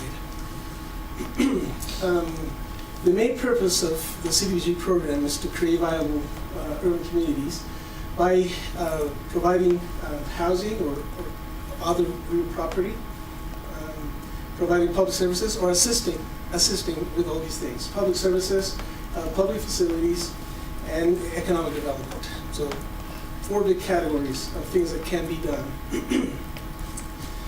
And it allows for 20% of the allocation to cover administration and planning. So each activity must fit one of the 3 national objectives. The majority of the activities will cover the first national objective, which is to benefit low and moderate income individuals. And what the regulations stipulate is that at least 70% of the funding must benefit LMI, low and moderate income households or individuals. The other 2 national objectives are not as widely used, but one of them is to prevent or eliminate slums or blight. Sometimes we do some activities based on that. And the last one has to meet emergent need. So if we had a big earthquake, which is what would be in this area, maybe some of the cleanup activities because of that could be covered in here, but mostly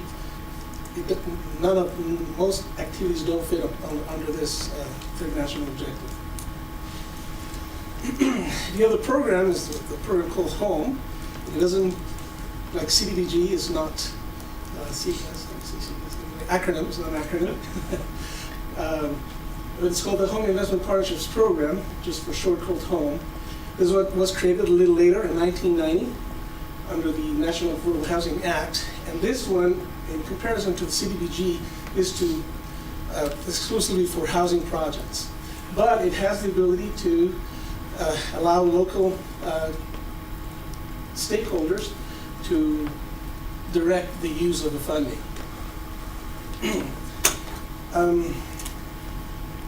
Provo City qualifies as an entitlement city to receive both CDBG and HOME. In Utah County, there are 3 other entities that receive CDBG directly. That's Utah County, the City of Orem, and the City of Lehigh. However, for home funding, Provo is the only city that qualifies in all Utah County. But this program allows for the formation of a consortium to bring the funding that the other cities otherwise would have to go get from the state and bring it to the community.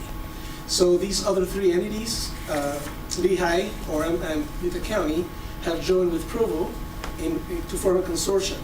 So the funding comes to the community, where Provo would receive anywhere from $650,000 to $700,000. In the formation of the consortium, we're able to get up to $1.2, $1.3 million, which benefits, again, the whole community.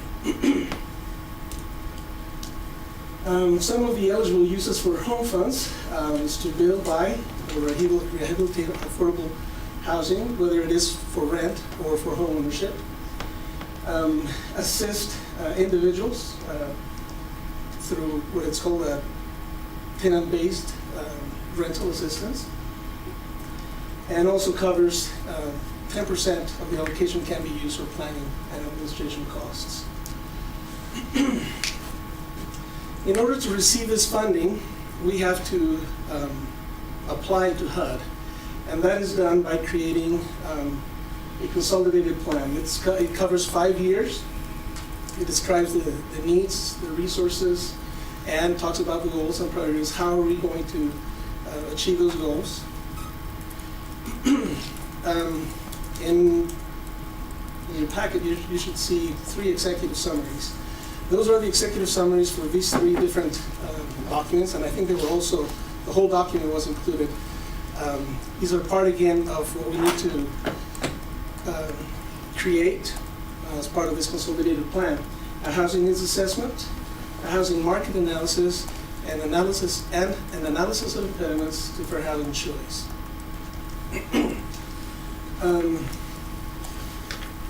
Okay. So we use all of this information to create a strategic plan for the next 5 years, analyzing what needs to be done where, and creating goals and objectives to achieve those. Every year, including on the first year, an action plan is part of the plan itself, but it needs an update. It needs an update. So this coming year, 2020, is the 5-year consolidated plan, including the first action plan. And for the next 4 years after that, we'll be coming back to look at what activities we will be pursuing for the next 2nd, 3rd, and 4th, and 5th years of that consolidated plan. Okay, so, all right. In those categories that I explained before, what I would like to take some time is going through this document and creating some priorities, or selecting some priorities in those categories.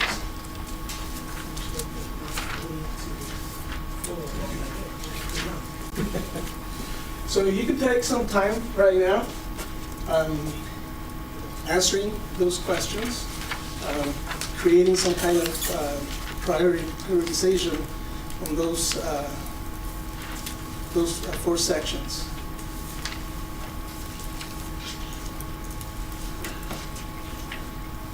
You will notice that there are some that have a subsection.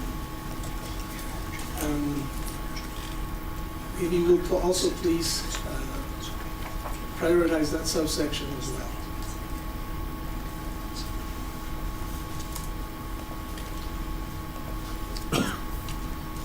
So these are programs that could be funded using our CDBG and home. Correct.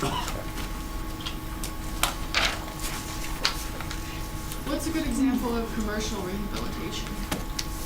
One of the things that we have been doing recently is in the downtown area and the corridor up to 200 West, is identifying businesses and assisting them with a grant for their facade.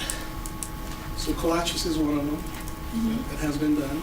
There's several others that have been done. That's one of the big things that we do.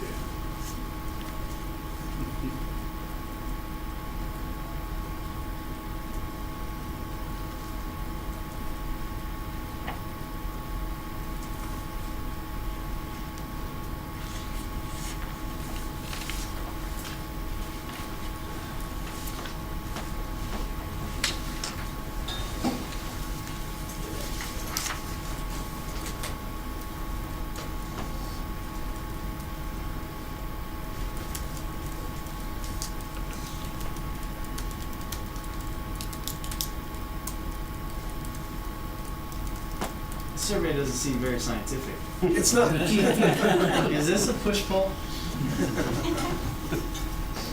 Putting us on the spot here. This survey, very similar one, some other information that together anyway, was sent out for citizens at large and some agencies, some program agencies to answer as well.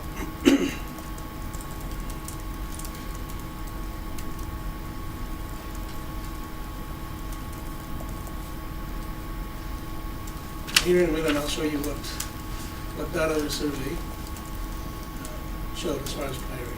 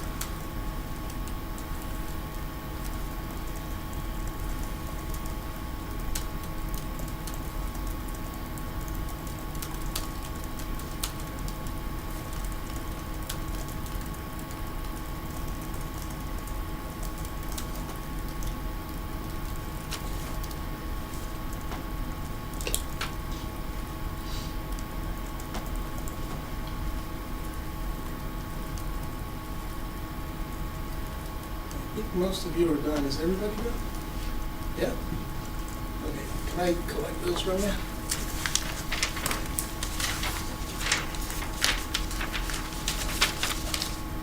Thank you.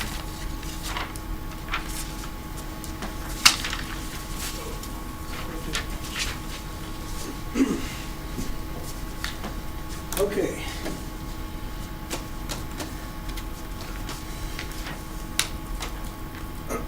So the categories we just used are decent housing, suitable living environments, and economic opportunity.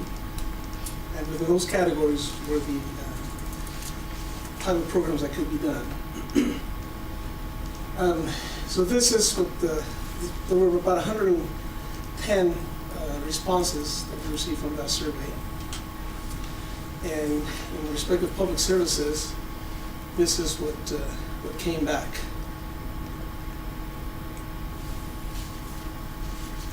Take it in here. It's a little bit different.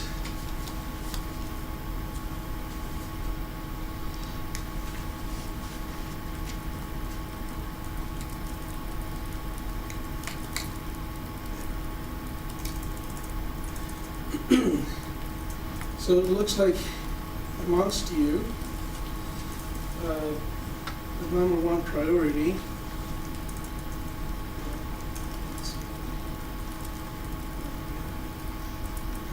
seems to be services for special needs populations.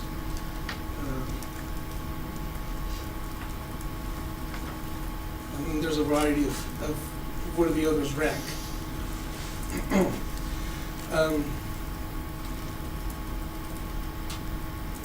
Obviously it covers all of these areas as well. In the area of public facilities,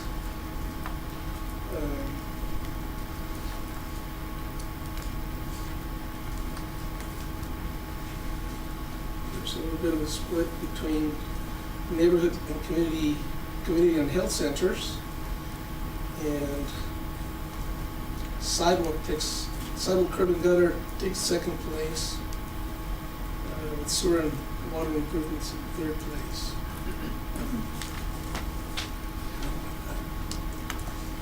Then we move on to economic development.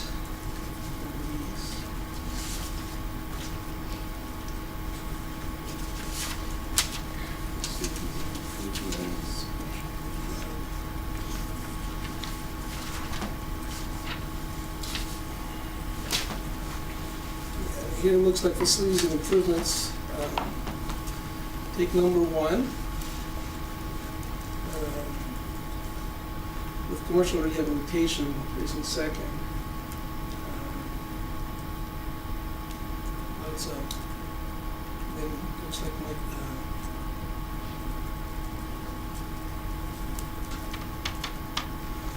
assisting small businesses and micro enterprise development, taking the next priority. The last priority in housing,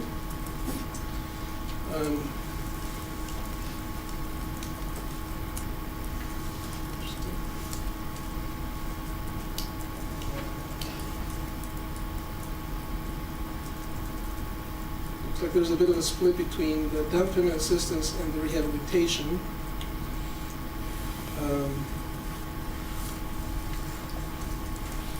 Of homes.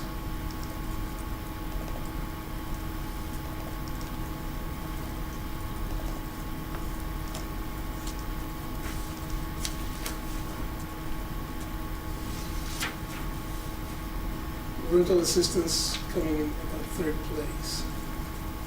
Okay. So let me come back and tell you a little bit of the things that we actually do when we receive applications. So every year we begin our competitive process to award funding about October.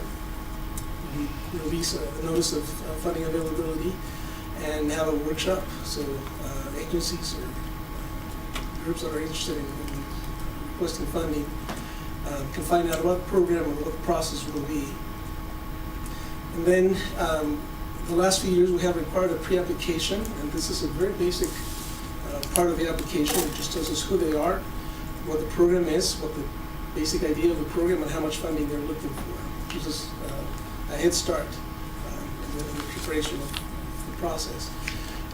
And we typically have that be due at the beginning of December, and then at that time the full application is made available to them and is due by like this coming Friday at 5 p.m. is when all should be submitting their applications. We have entered into a collaborative process with the other three entities that receive CDBG funding, and we have streamlined the process by making these applications available online through a program called Zoom Grants. In addition to that, we have also collaborate. A lot of the agencies that provides a lot of these different services here would typically have to make an application to each one of the entities, and then they would be receiving anywhere from $5,000 to $20,000 depending on what it was. And so they would have to be attending to 4 different contracts, and each one of us would have to be monitoring and requesting reports and all these things. And so in this collaborative effort with the public services portion, we have streamlined it so that all these agencies make only one application. All of us have access to it, and as we talked about, I think it's a year and a half ago, part of this collaboration is that we put money, part of a percentage of the public services funding that we receive into that pool, so that we can serve most of these agencies to a level that makes sense based on the burden that carries receiving the funding. And so it also makes it easier for us to manage the contract as well. We divide responsibilities. Provo City takes some responsibilities, Orange City takes some other responsibilities. For example, doing the contracting for Provo and doing the environmental reviews. Orange City will do the monitoring. Utah County will do the reporting quarterly. So it lessens the burden on both the agencies and the administrative part as well. But mostly, it makes it so that we can provide better funding for the organizations, streamline their process, and have a better outcome on that.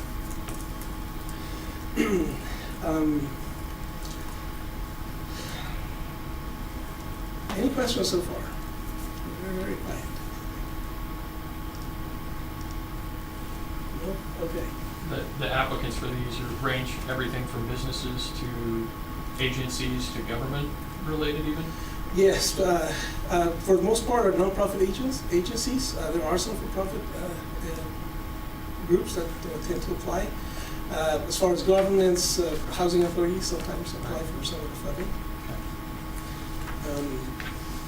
As we are where we are right now, again, since the application is due at the end of Friday at 5, in March, we will be convening citizen advisory committees to evaluate the applications, to interview the applicants, listen for a presentation, and then in turn they will be making a funding recommendation that will be coming to councils, different councils, for funding, for awards. Some of the requirements with the comp plan is that the survey that we provided is part of the citizen participation that we need to include. At the beginning of the end of March, we'll be coming to a public hearing where you'll first hear what the recommendations for funding are, and that opens a 30-day comment period for all citizens or all interested to participate. They can either come to the public hearing or they can send their comments through whatever media or form they want.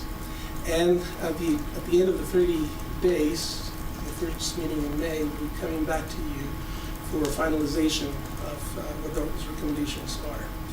This year we're a little ahead of the game. Typically, the last few years at least, HUD has been slow in telling us what amount of funding we actually will be getting, and so typically we work with an estimated amount. Last Friday, they just released what that funding is. And it's very close to what we had estimated. It's a little more. We're trying to be conservative so that we don't have to jump requests. But anyway, this time we will be coming to you with actual dollars that HUD will be providing to us. And so at the end, just one second, at the end of the public hearing in May, we will be closing the process and then sending the Consolidated Plan for approval to HUD. The idea is to have, well, by regulation we have to have it to them 45 days prior to the beginning of our program year, which is July 1st. Yes. Yeah, I have a question, but we also have like 3 minutes left, so I don't know if you have more you want to present. I don't know, this is pretty much it. Okay. Well, my question would be sort of related to the poll that we just did, which I don't know if that was, sort of just get a rough guess of where we're at. But I'm wondering, we've had this housing committee that was functioning up until last year, and we're still needing to find time to determine the direction we want to go with that. And I find that this conversation needs to be sort of in partnership with whatever the housing committee is looking at. I mean, we're looking over the reports that were in our packet from, I've forgotten the name of the organization that sent it to us. But yeah, the whole survey about the housing needs and everything. I was totally fascinated by that reading, actually, although it was an enormous amount to do before today. And I was glad that there was at least some repetition in there when I looked at how many pages. But I just thought we need to spend time as a council really understanding a lot of that data, and if there's more data that we need to know. I mean, I know, we've talked with Gary in the past, and with Robert Vernon about housing auditing and that sort of thing, but I mean, it seems like we've got a lot of data, we've got some funding priorities that you need to get a sense from us about, and I guess I'm sort of wondering if there's the appetite on the council for really diving a little bit more into that, and if that's one of the ways in which the housing subcommittee, whether or not it's a ad hoc or a standing committee, is yet to be determined. But it just seems to me that we can't just be reacting to situations or to particular development proposals without really having a comprehensive sense of our demographic needs, certain populations who might be in crisis. Because there are a lot of things in that packet about denial rates of Hispanic citizens, for example, people who are on the verge of being homeless, families who can't afford the rent, and the need for rental properties for families and not just students, which is sort of this area we don't talk enough about in the city, not to mention the fact that students are now saying their prices are going up pretty exorbitantly as well. So anyway, there's just so many issues that I know are related to what you're dealing with that we need to be focusing on as a council. So I guess that's my questions or comment to the council. Do we want to dive into that more, I guess? And would that be helpful to you? I assume the answer is yes. Yeah. I think with housing, there's regional issues, and then there's Provo issues, and certainly regional issues impact us, and we can make a difference on the regional issues. But I think that we need to be more nuanced about how we approach housing, because there are some things that we can influence and change and improve, and then there's regional stuff where we get to be a partner. We can't shape the whole scene for the valley or the region. So those are some things I've been thinking about. And I thought that was helpful in the report. I didn't have a sense of how comprehensive it was, or what data we still need, but it did help to see Provo in the context of the whole county, and when it comes to decisions that we need to make as a council about what are our priorities about affordable housing, what are our priorities about inclusive housing, et cetera, part of that is contextual, right? Yeah. And we'll talk about this in a couple of minutes, but housing is mandated by the state to be included in the general plan, right? And then there's an additional state housing plan we have to develop, and so that's why I want to make sure that we're all connecting and collaborating so that we're not creating redundant documents or policies. Well, we need to move on unless there's any other pressing comments. Thank you, Mr. Gonzalez, and I think we will revisit this question of figuring out how to develop our own priorities at a future meeting. We will now turn to item number 5, which is a presentation on our discussion regarding zoning enforcement from our zoning administrator, Carrie Walls. Welcome, Carrie. It's good to have you here. Hello. Thanks. I have just a few short slides, mainly because I wanted to just kind of update you where we are and introduce what we do to the new council members, and then I left quite a bit of time for questions. Right now, zoning staff, it consists of myself, 3 senior code compliance officers, and I have staffing for 3 just code compliance officers who are usually entry level. I have 1 position vacant. I filled 1 position. He'll be starting on Monday. And and a division secretary. Okay? That's just in zoning. So are we saying that there's 3 positions and 2 of them well, 1 now is vacant, or are we saying Yes. 3 are there plus an additional 2 that are vacant? So I have a total of 6 staff members. 3 of them are seniors, so they've been here longer, all at least 2 years or close to 2 years. And so they have earned that status of being a senior code compliance officer, and they help with training, they help with the hard cases, they do that kind of thing. I have 3 other positions that are just entry level. One of the people in one of those positions has been there about 9 months. One of the other ones that had been here left to become a sheriff's deputy, and then somebody else wasn't, they weren't liking the job, so they left. In addition to Carrie, we have 6 FTEs. Yes. Who do zoning enforcement. We have 1 vacancy right now. So what we do, this is for all of you new people. So we do a little bit of everything. We do non-permitted uses, which can be something like taking a single-family home and using it as a duplex when they're not supposed to. We do occupancy. We do lack of rental licenses or business licenses.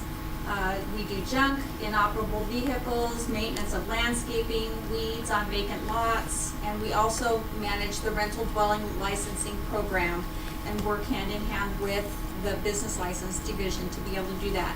As part of that, we make sure that the properties have minimum health and safety standard interiors to have safe tenants, and we look at appropriate occupancy and parking.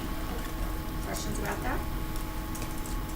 Okay, well, how do we spend our time? So my guys did this. This is only for the month of January, my guys and girls, and guys and ladies, however you want to phrase it, my people. That's how that works.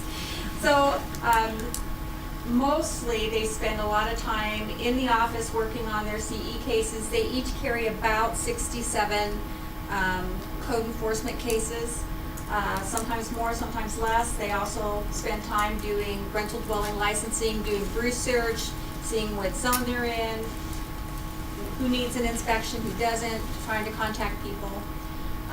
We spend time on the phone, we spend time at the front counter, we spend time out in the field taking pictures or doing inspections or talking to people or going out with someone else as far as staff member. Since we had somebody in West Valley City was killed on the job, I'm very sensitive to the fact that my people don't go out alone. They always have somebody with them. So here's some ongoing and upcoming and ongoing issues. Short-term rentals. So the previous council we talked a lot about short-term rentals, and you wouldn't think it would be a problem here, but it is. There's about 300 known short-term rentals, known by somebody other than me, because we've had a company come in and kind of give us an update on what they could find on data through a data scraping program. They're only permitted in an agricultural zone or a residential zone. And when I say short-term rentals, I'm talking Airbnb or VRBO, that type of thing. Currently, we don't allow them in agricultural or a residential zone. Business license enforcement. I said on the previous slide, we do some business license enforcement. However, we don't currently have the staff to be able to address that. As you can see, there's more than 1,000 delinquent business licenses right now. And an unknown number of businesses that are not licensed at all. Okay. Additional kitchens. So Gary and I were actually talking about additional kitchens today. So one of the things that we have a lot of problem with is in some areas, like this says, you can only have an additional kitchen or additional kitchens in a one-family dwelling in an A1, an RA, an R1, or an RC zone, okay? But when you do that, when you have additional kitchens, you're supposed to be restricted to having family members only living in that home. One of the things that we end up with, and I'll use Slate Canyon as an example, we have a lot of properties, they're in an R2 PD zone along Slate Canyon. They're not supposed to have additional kitchens. Many of the units do have additional kitchens, and many of the units get used as duplexes or things like that. So So those are things that are gonna have to get addressed at some point in time. Accessory and supplementary apartments. We recently, the prior council made some changes to the ordinance. There's still some changes that need to be made, but, listening to Dan's presentation just a few minutes ago, I had been thinking about, why don't we allow accessory and supplementary apartments all over town? That could be something that comes up in the future. Occupancy. Occupancy is our hardest thing to enforce. If we have a short-term rental, many times the people who are hosting tell their renters, don't answer the door. So we're lucky if we can catch anybody there to be able to prove that it is being used on a short-term basis. If we go and knock on a door that has over occupancy, if they do open it, we may find that that person says, oh no, there's just me and 2 other people, and yet we're hearing tales that there are 12 cars or 8 cars, or there are 3 families living there, different things. It's very hard to enforce on that. So those are some things that are things you're probably going to have to think about and discuss, in addition to every little thing else that you have. So that's all of my slides. I wanted to leave it open for questions because I'm sure there will be. Any questions, Mr. Sewell? Sounds like. Hi, Dave. Hi. Hi, over here. Sounds like your average tenure has gone up. Could you give us an update on that? Last year you said it was about 9 months, which was a great concern.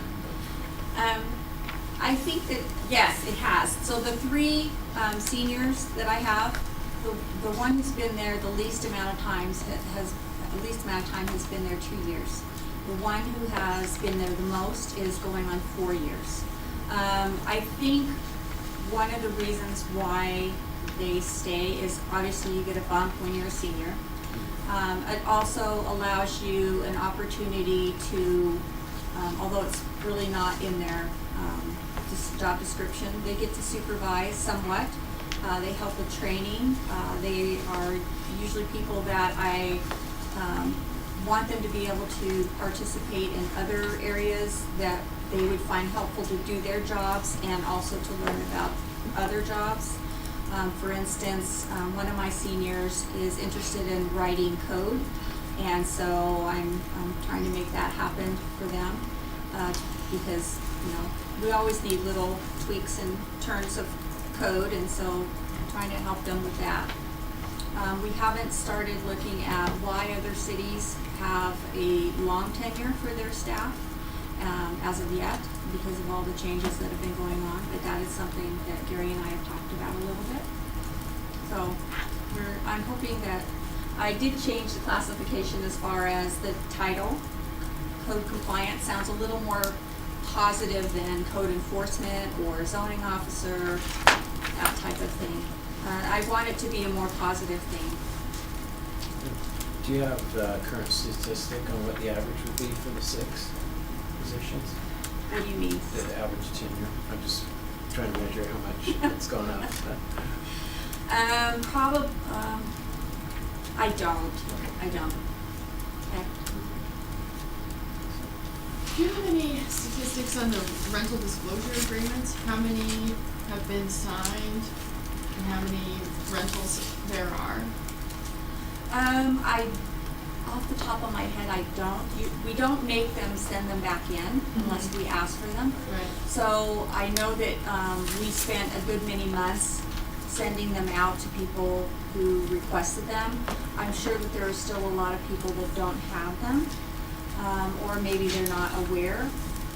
Even as much talk as there was in the meetings and everything, I still think that there are people that don't have them and are not aware that they need to have them. Recently, I talked with somebody who was not even aware that Provo had a licensing program. And you'll find that if it's just somebody who owns 1 or 2 properties, they won't be aware of what's going on.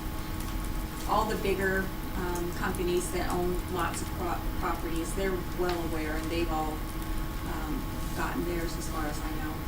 Okay.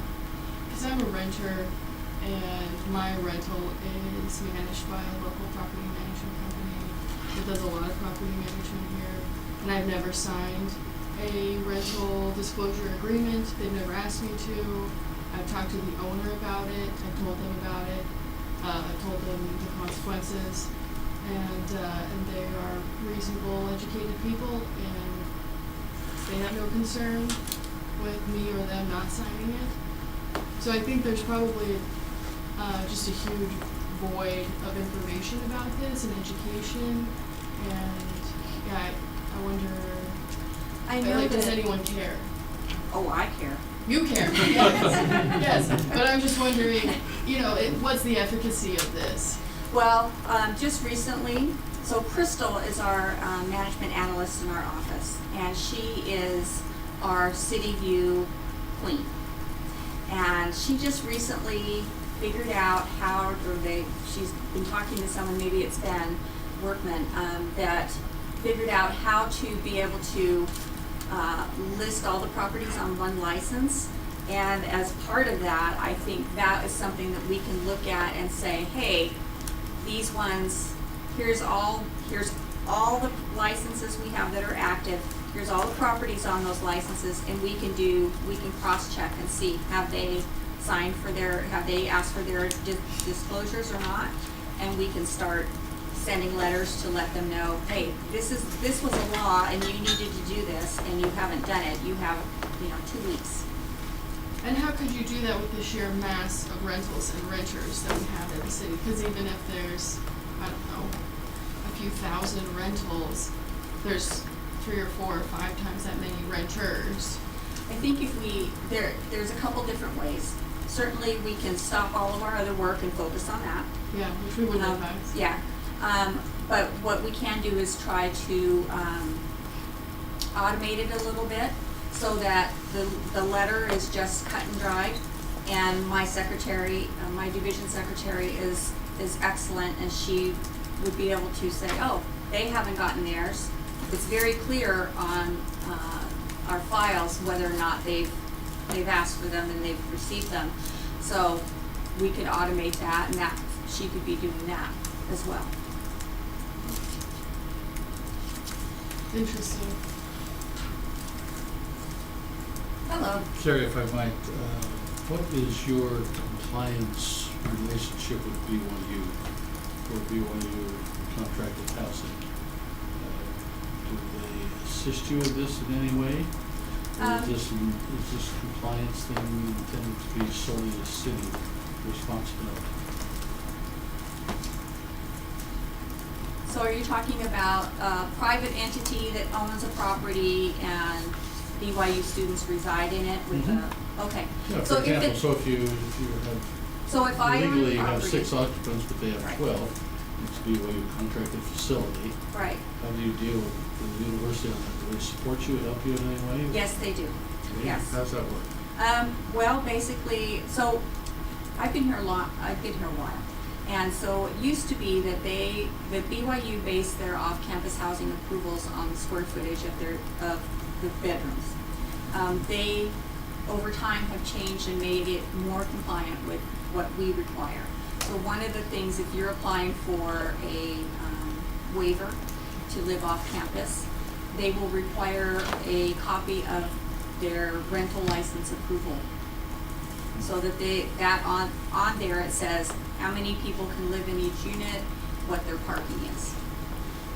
Okay, so BYU makes a concerted effort Yes. to comply with our ordinances. Yes. And then when it comes to enforcement, however, that's probably That's on the us. city shoulders. Yes. BYU doesn't send out compliance officers. No. Okay. What about the quality of off-campus student housing? Oftentimes I hear complaints that some of the apartments are really poor quality. And what we inspect for is minimum health and safety. So if somebody were to call and complain, we would talk to them a little bit, find out what their complaints are. If it's a property that we haven't inspected, our ordinance allows us to inspect every 3 years. Or if there's Randomly, you mean? Well, it just says we have the opportunity to inspect every 3 years, or if there's an issue. So we don't currently have a rotating program where we would Every 3 years, we would contact people and go out and inspect. We are inspecting far more properties now than we did in the past, and helping people to bring their properties up to the minimum health and safety standards.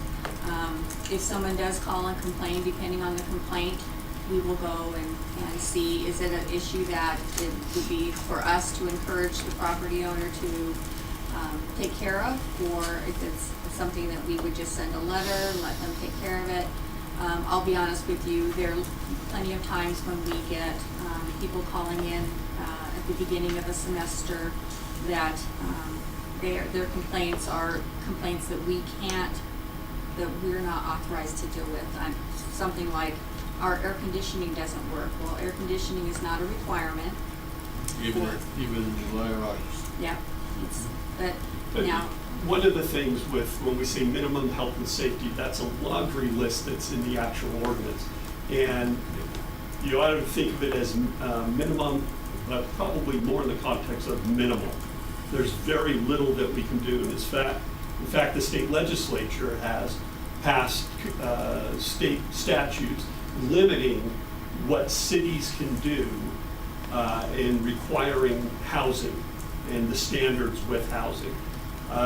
The apartment lobby is a very strong lobby in the state, and the state is very pro-landlord oriented in its laws. So we have some very minimal basic things, and we're talking things like the structural integrity of the building is such that it won't collapse or cause a problem. We're talking things like you do have to have smoke detectors, even if it was built before smoke detectors came in. You can do things like that. But it's just very minimal things that we have in our code, and many of the complaints or concerns that we get from tenants, especially students, we can't do anything about. Because of that low standard. Yes, because we have certain requirements in our city code, and then the state came in after that, after getting complaints about what Provo City was doing, and passed a state statute that limits what cities can do to put in maintenance codes or rental codes, things like that.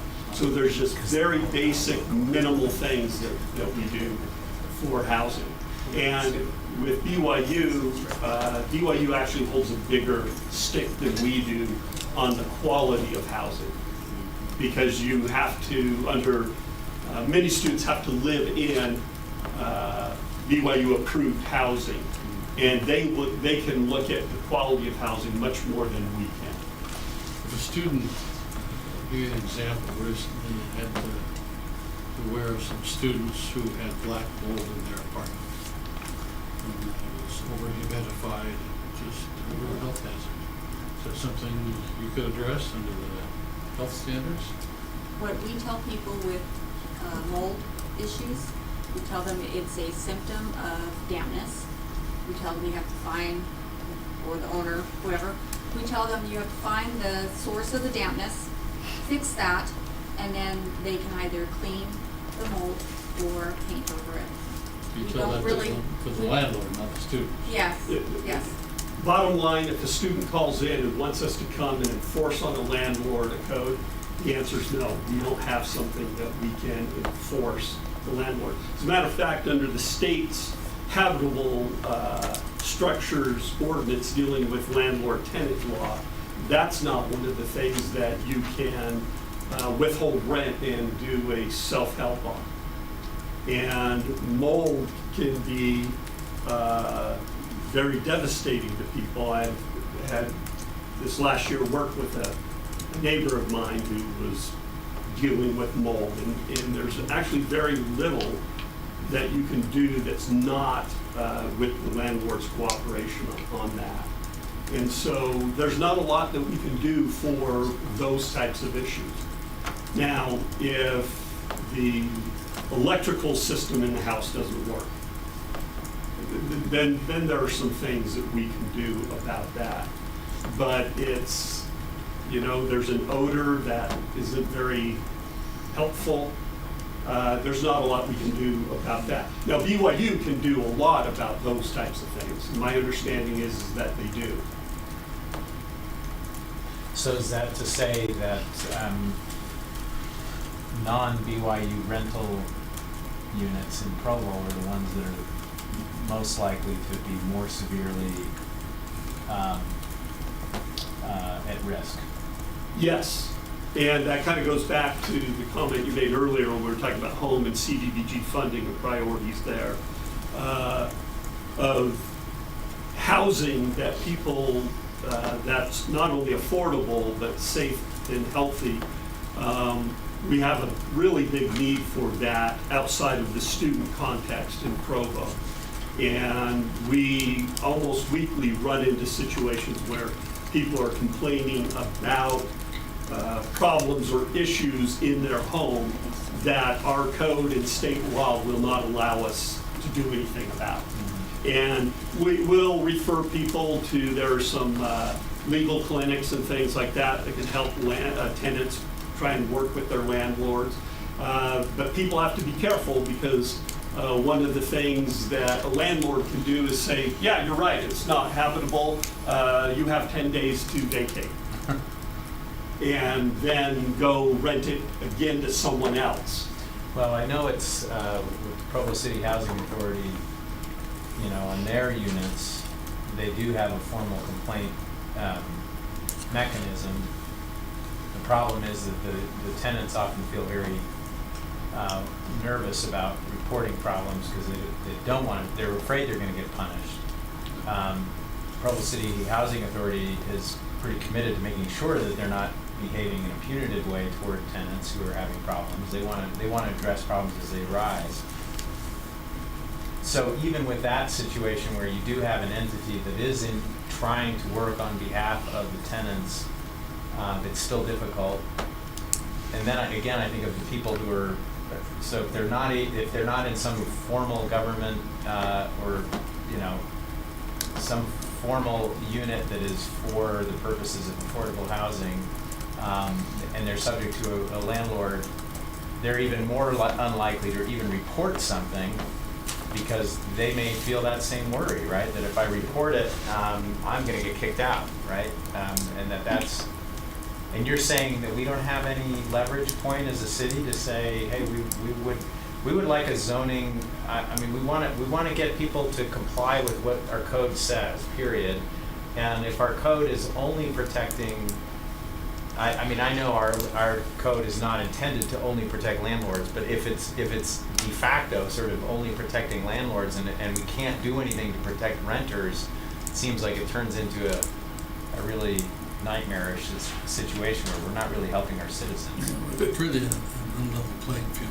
Yeah. Hugely unlevel. It's very minimal what our code and what state law allows Provo City to do in the rental context for habitable housing. So we can call upon Shannon to solve that problem with the ULCT and the state legislature for us. And the housing committee. And yes. housing committee. Yes, all of the above. And that should be done by terrible. October, I think, right, Shannon? Yeah, sooner I hope. But I share the same concern. Students are part of a vulnerable population and they oftentimes get taken advantage of, and I just really dislike that. I hope that we can find some solution or recourse or work with the school in some way. Well, the BYU approved housing is a quasi-monopoly. Yeah. And given the monopoly and the supply and demand equation, sometimes rents are extremely high and the quality of the housing is relatively poor.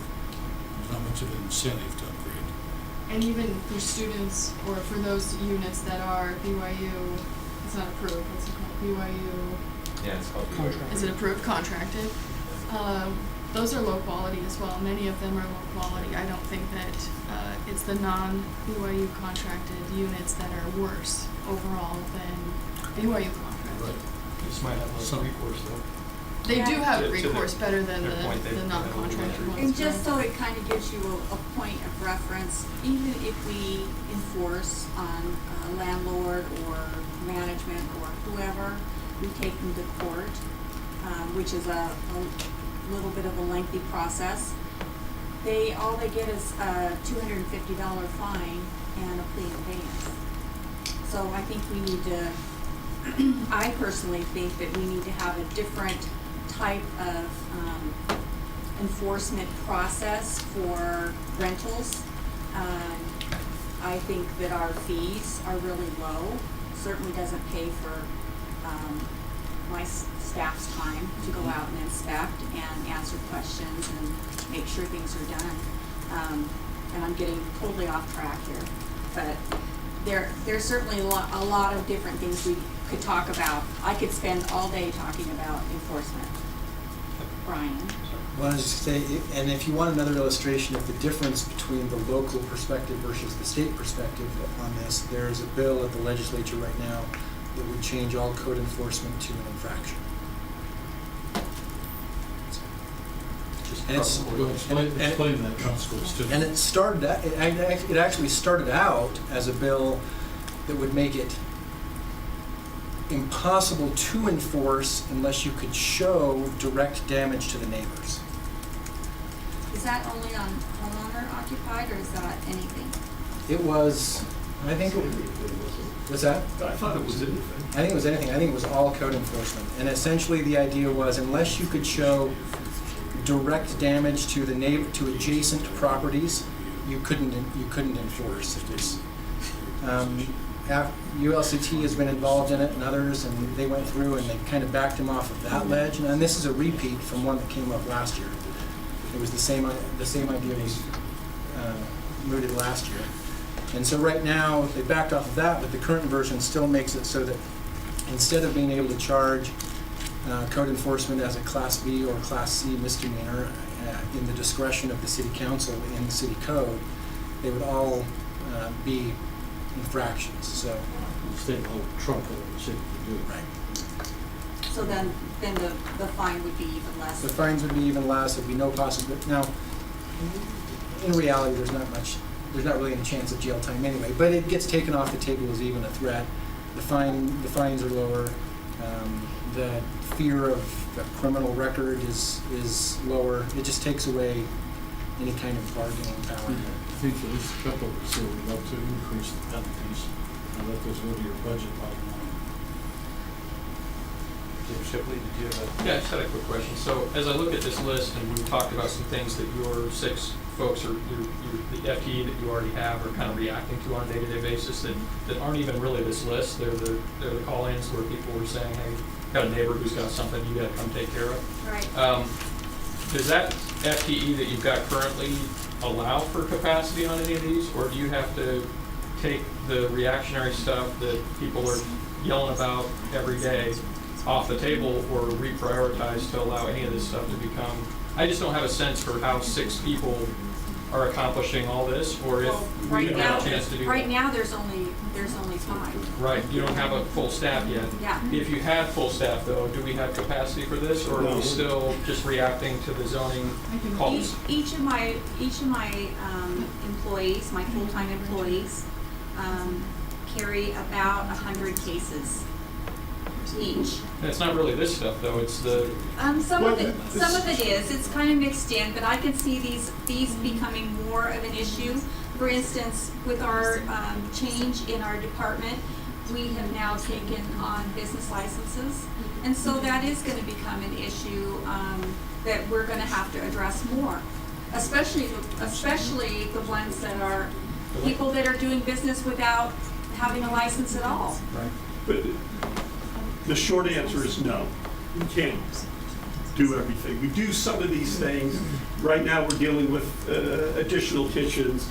That's an issue that we think that we're going to see more of and conversation about in the future. Same thing with accessory apartments. We deal with those. We deal with occupancy. The 2 biggest issues up there that we don't have that much but could be big problems is the first are the short-term rentals. That's just a national thing, international thing that's happening. And the state legislature is trying to deal with it in some fashion. Cities are trying to still deal with that in some fashion. And depending on how big the problem is, we're not really doing a lot with that. Do we get safety calls or complaints regarding short-term rentals a lot, or is this something that people are just saying, hey, this could become a problem and we know it's here? We do get calls from neighbors who will call us and say, hey, they're, renting out this condo or this house or whatever. And in fact, earlier or I guess it was late last year, somebody let me know that there was going to be a gathering at a property that we were pretty sure was a short-term rental in a residential zone, but we hadn't been able to prove it. And so I came and knocked on the door and talked to the Relief Society president, who was having a gathering of all her sisters from her ward from another city who had rented it for that night and the next half of the next day. And so I just chatted with her a little bit and told her we don't really allow this. I realized that you probably booked it on Airbnb or whatever, and we can't use just their advertising as proof. We have to actually go and try to get somebody there so that we can confirm that it's, We get some, relatively speaking, not a lot. State law prohibited us from using someone advertising a place as a short-term rental as proof and using that. So we have to go out and actually catch them in the act, so to speak, is what Carrie's addressing. But we think that can grow, that issue. And the other issue that we're not really addressing at all, other than in the rental dwelling context, are business licenses. Business licensing now got moved into community development because we can do some enforcement. Right now, we have 1,000 delinquent business licenses, and we have others that may be operating without a license. And there's virtually no enforcement being done on that because we don't have the FTEs to be able to do something like that. In the past, and again, I'm new, so I'm trying to figure all this out. In the past, has the housing, what committee or what group or body has directed enforcement on how to prioritize this list, right? You gotta prioritize it somehow, or you can't do it all at once. But how have you, who's given direction on where you prioritize? well, that's council's job, is to tell us what you want to make a priority and how you want to make it a priority. Okay. Dave? Sorry, I've been taking notes throughout your presentation.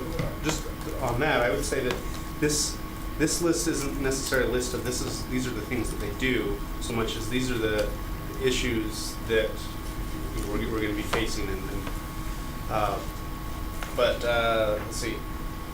Short-term rentals, I believe in the current fiscal year budget, we set aside some money for that software program. Have we purchased that? Are we using that yet, or is that still having to do that? That was carried over. And so there's, was it 20,000, I think, in a line item budget that's there. That's part of this conversation that we want to have with the council, is have the council set that priority for us of, do we want to buy that software? What do we want to do with short-term rentals? Is it a problem that is worth $20,000 going after it? I know there was conversation with the previous council about it, but we never made a decision to pull the trigger on that. Okay. And right now, as far as what's in the ordinance, it just says you can't do a short-term rental in an A or a residential zone, an agricultural residential zone. So there needs to be that conversation. There needs to be conversation about a lot of different things, really. But it's you as council that makes those priorities. So, my understanding when we discussed carryovers and when we did that, I thought, my understanding is that was kind of the direction, yes, go get it, and then that way we can start collecting data and we can have a better picture for when we have that conversation about what should STRs look like. Should they just be banned all across the board? Should they be allowed in certain areas? All of that stuff, and I think that could be better informed if we had that software. And we can do that if that's what this current that would be good direction for us from this meeting. I think what Dave's saying is that, at least as I recall, that we did give that direction. I didn't know, but maybe I don't know if we can go back and look at anyway, it may already be the direction you were given, and that I don't know if we need to revisit it or not. So it sounds like, I don't know, Dave, do you remember? Yeah, that's the way I remember it, but with 4 new council members, I think it's probably a good idea to reaffirm. So I'd be inclined to make a motion to sort of reaffirm that. And related to that, I mean, I'm certainly happy to give it a go ahead, because that's, you know, how I felt then is how I feel now. But the bigger question seems to me, and maybe bolder issue, is, do you need more staff, and if so, how many? And if so,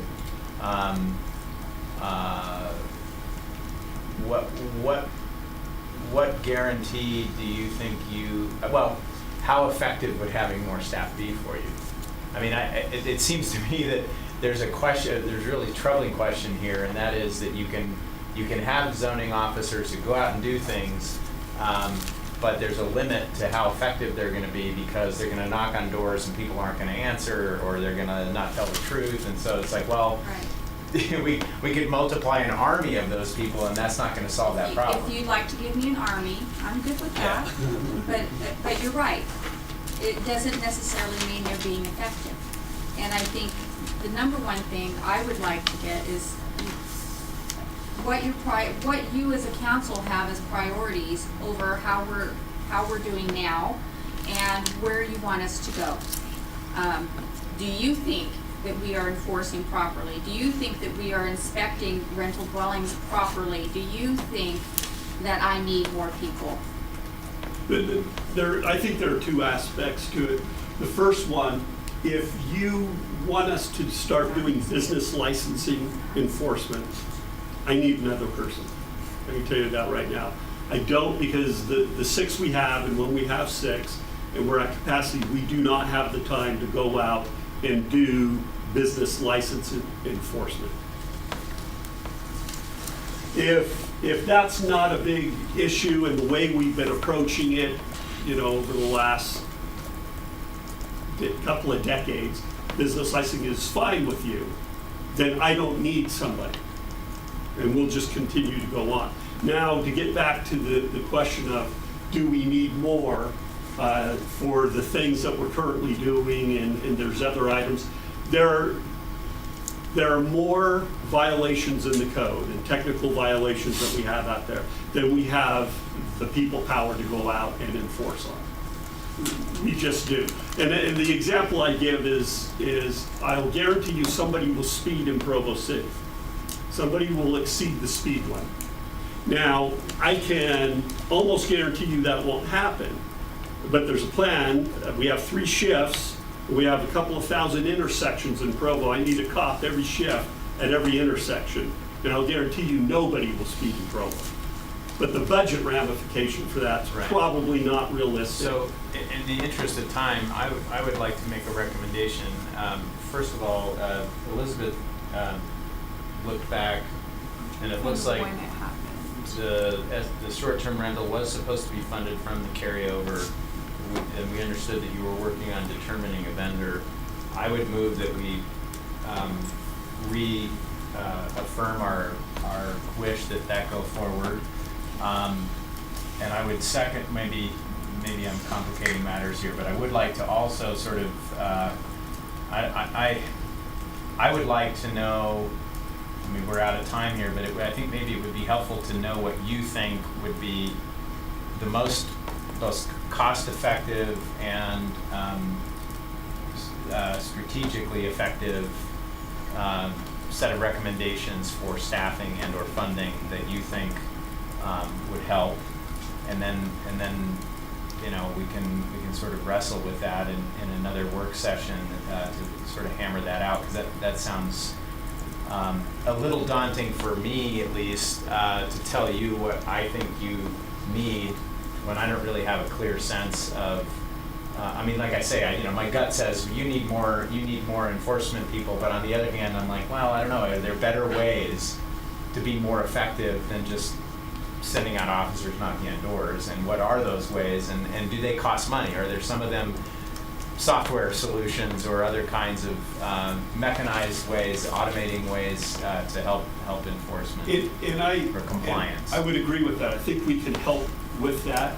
I think what I'm looking for is more of, are there areas we're not enforcing on or that need enforcement?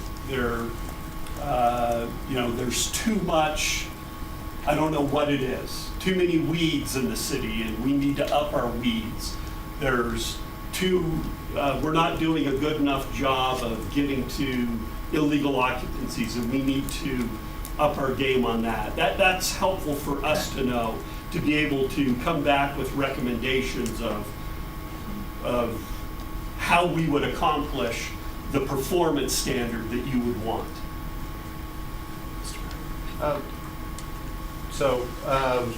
I do like, we've talked a little bit about code compliance versus code enforcement, and I do appreciate the effort to call it code compliance, because I think it is an approach.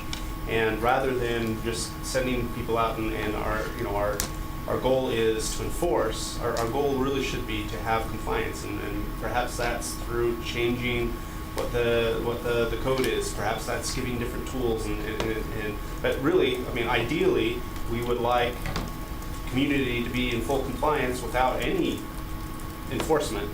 But as you kind of pointed out with the police, and speeding, I think there needs to be a credible risk of enforcement, and I think we saw the police department put some more effort in traffic enforcement, and we saw crashes go down drastically.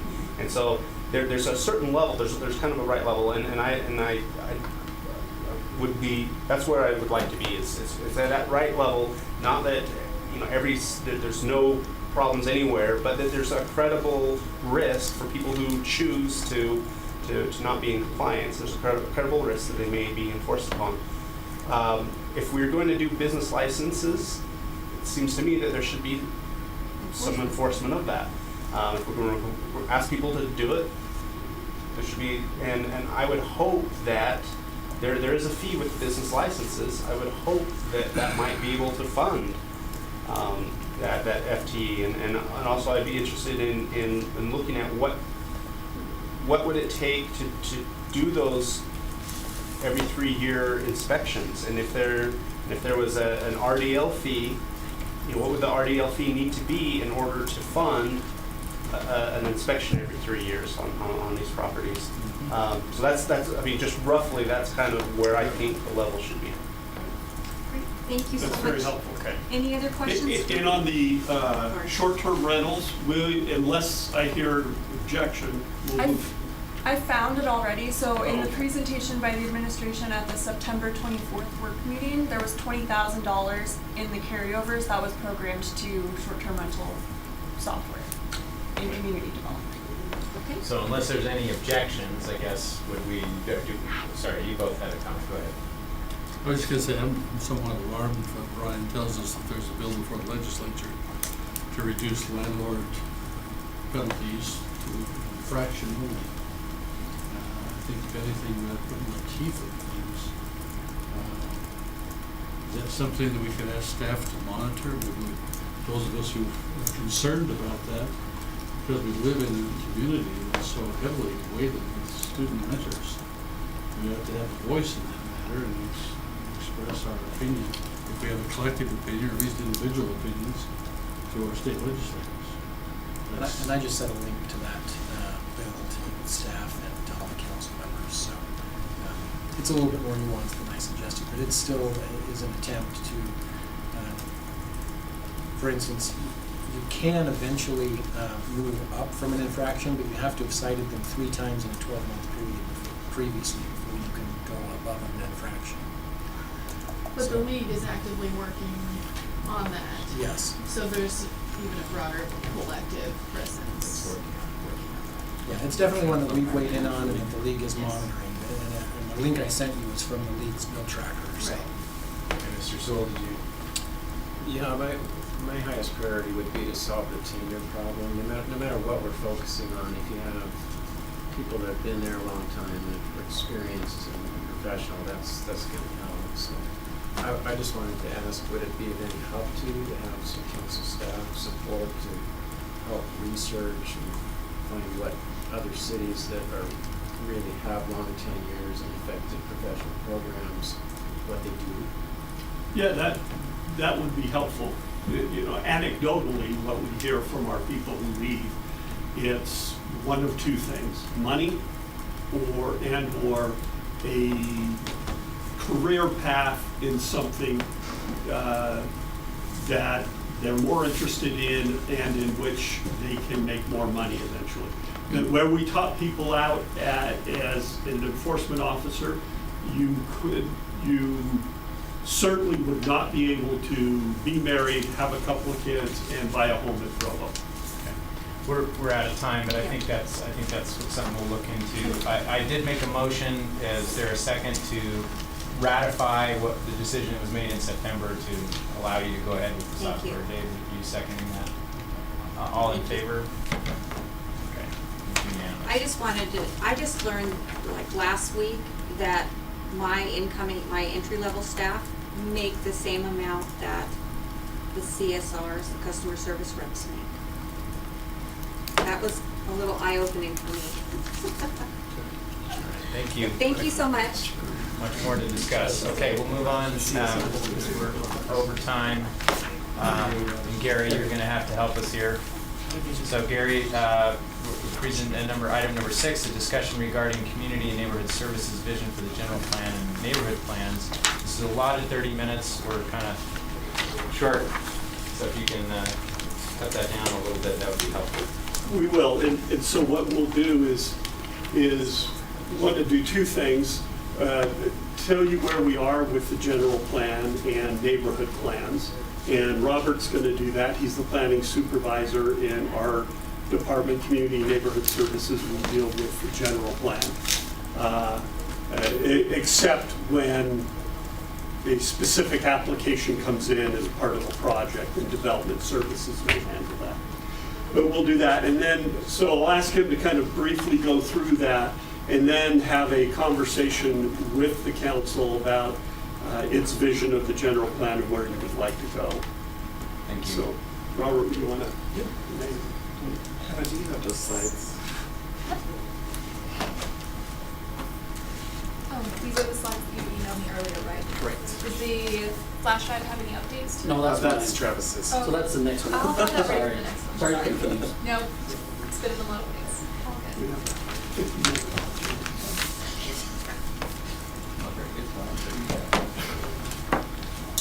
Okay, so perfect.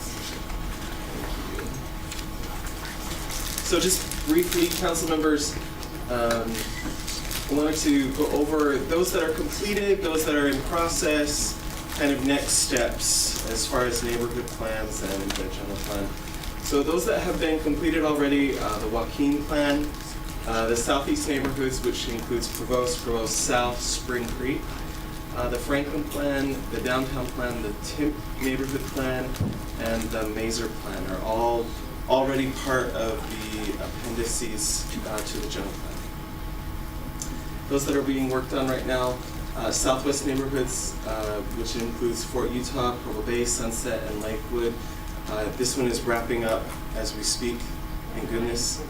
And we're hoping to get that finalized. We're working on the design standards for that section right now, and then we will hopefully be bringing that to you in the very near future.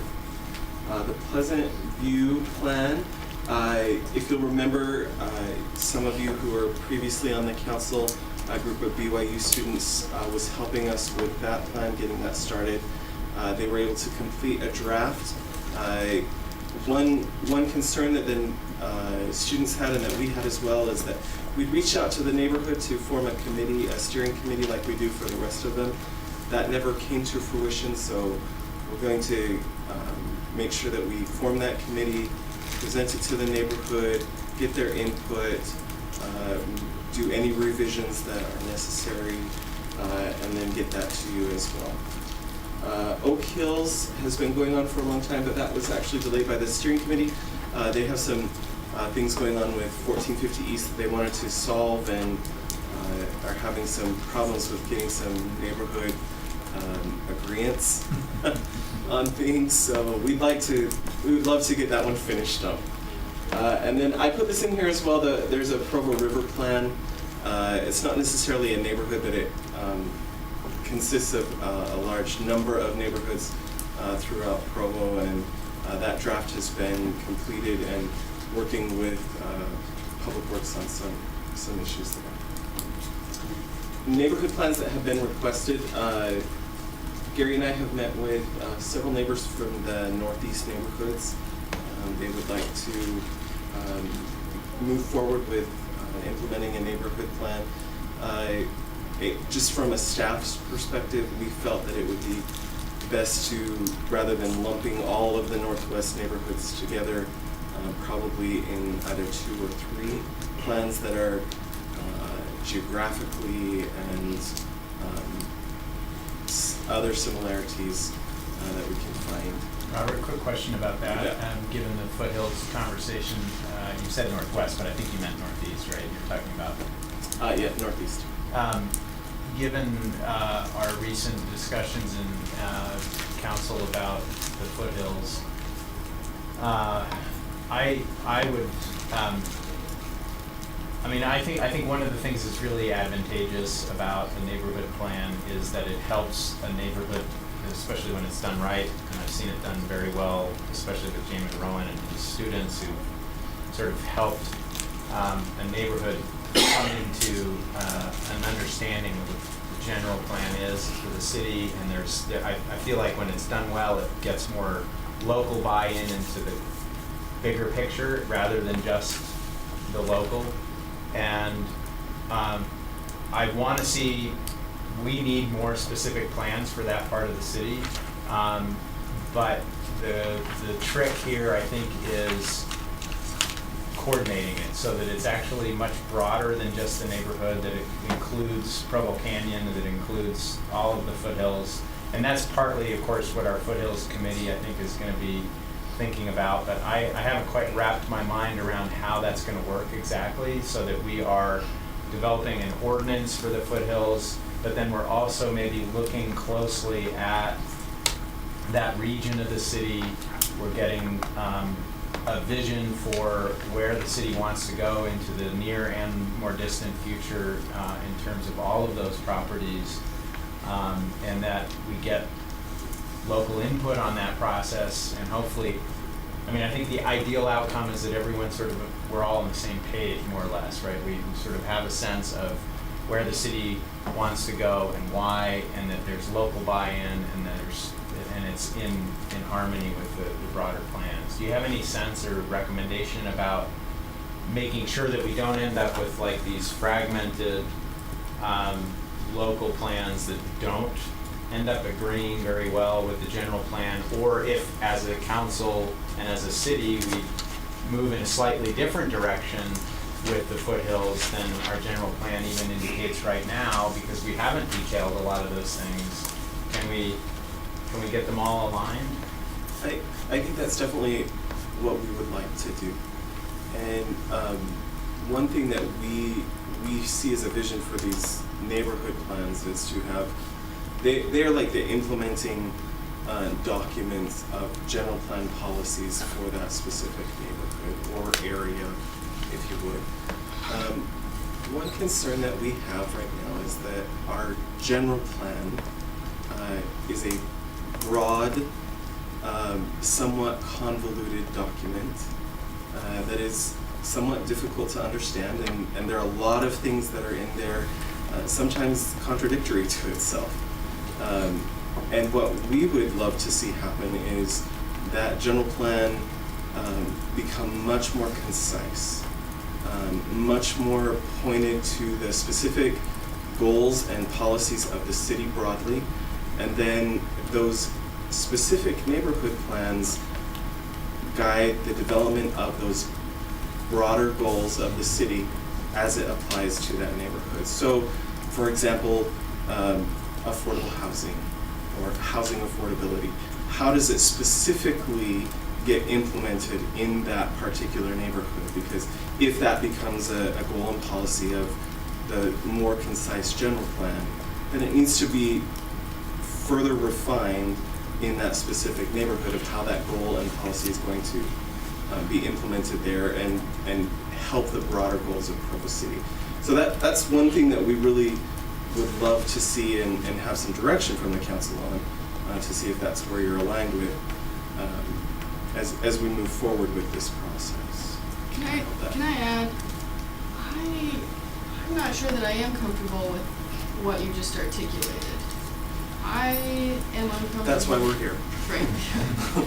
I think the neighborhood plans are really valuable when they're preserving a specific aesthetic. And I think they tried to do that in some of these historic neighborhoods like Mesa and Joaquin and downtown.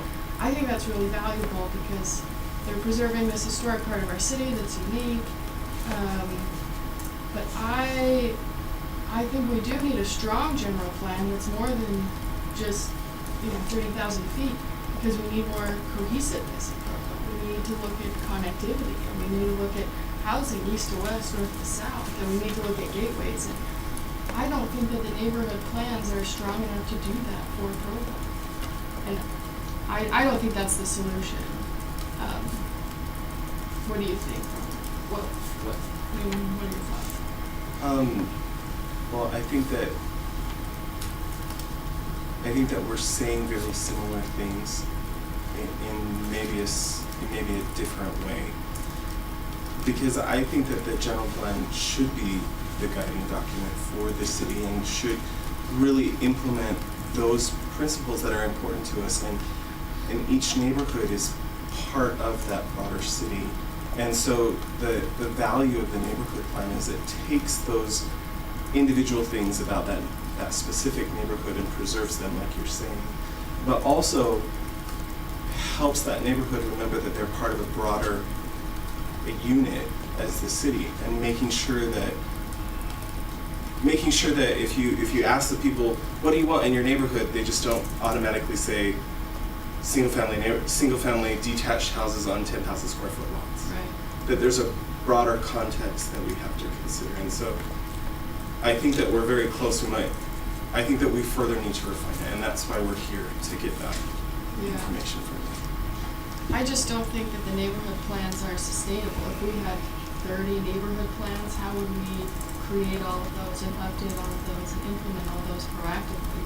If we have one plan, that seems like a stronger way to be proactive and to create a cohesive vision. The neighborhood plans sometimes seem reactionary or empowered by a minority. And so I just have some concerns there. I'd like to see totally new general plan, since ours was written in '97, and I'd like to pump the brakes on the neighborhood plans. Okay. Personally. I appreciated Mr. Henley's comments earlier and Shannon's as well. I do feel, but having talked a little bit about kind of what you're explaining here about a general plan that has the kind of the principles, and then the more implementation in the neighborhood plans. I think an important part of that is if the neighborhood plans are written by professional staff and are in alignment with the general plan, but contextually sensitive because they're implementation in a very particular area. I think that's a very strong way to go. I think that's very helpful. I do think that some of the previous neighborhood plans, in part because we hadn't updated the general plan, and also I don't think it was very clear. I think some people felt like, oh well, this is a neighborhood plan. It should be written just by the neighbors, whatever we want, and we want parks on every block, and we want road taxes, and we want a lot of things that don't necessarily work together. And I think one of the difficulties is because maybe it wasn't necessarily clear on who was writing it or whatever, and also I think a lot of it comes down to the council. If the council, says, well, we want this, and we want it written by the staff, with the input from the residents, and then it comes for adoption, and we get some residents say, well, we don't like that. We want single-family detached on 10,000, unit lots and acre square foot lots, and if the council then says, oh, you're right, we're going to overrule what the staff has written in here, and we're going to allow just uniform, 10,000 square foot lots, then that undermines the effort and it causes problems. But if we're willing to put in the connectivity and the housing goals and all of those things that we want to see across the city, and then allow the contextual aspect to be in the neighborhood, I think we can get hopefully what everyone's kind of talking about and looking for in this structure. But we have to be disciplined as a council, and we need to make sure the communication is clear with the residents and all of the participants in these efforts, so everyone understands. I think there's a way forward. I mean, I think what unites all the comments I'm hearing is, and maybe this is where you're headed with the conversation, but it seems like the general plan obviously needs work. And to the degree that it's convoluted or it's confusing or it's too abstract, it's not actually going to be possible for neighborhood plans to be helpful unless we are really aggressive about that, so that we designate certain goals for connectivity or for certain regions of the city. So is that where you're headed? I think that's a really important point. I mean, just as an example, from the previous presentation, one thing that we talked a lot about was rental units and things like that. There are countless references in our current general plan that's been adopted that say this neighborhood will promote owner-occupied single-family housing. And so those are things that are actually in our guiding documents, but maybe the context of that has changed. And so I think that we need to, at this point in time, have a real conversation about where as a city we are and where we would like to go, and then to implement that into a general plan policy. And whether it's, all tied into one or separate documents that support one, we can have that conversation. But I think that the more general part of it is really, at this point in time, where do we as a city and as a council and as staff and as an administration want to keep going? One quick point.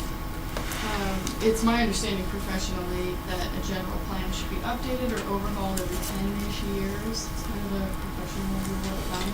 But that would mean that we also need to update every single neighborhood plan every 10 years after we update or overhaul the general plan.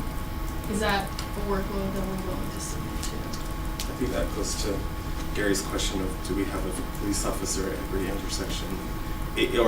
Or can we make them so they don't have to necessarily be completely overhauled, but just updated as far as contextual information goes? So I don't know the answer to that, Shannon, but Yeah. I think that that's something that we really need to explore. Yeah. Well, I'm a proponent of planning for the future and not reacting. And I don't want to use these neighborhood plans as a tool to react to developments we don't like. So as some of you on the council remember that we recently did a kind of an update to the general plan where we incorporated many of the principles that were found in Vision 2030 and incorporated those into the general plan. And so now we have a document that's kind of a fusion of two that I don't know if that was ever the intent, but that's where we're at currently. And so what we would love as staff is just direction on where we'd like to go. In 3 minutes or less. No pressure. The planning commission has done work on this, so I'd love That's to get a what I was wondering. recommendation from the planning commission about What's the status of that? what do they recommend. Yeah.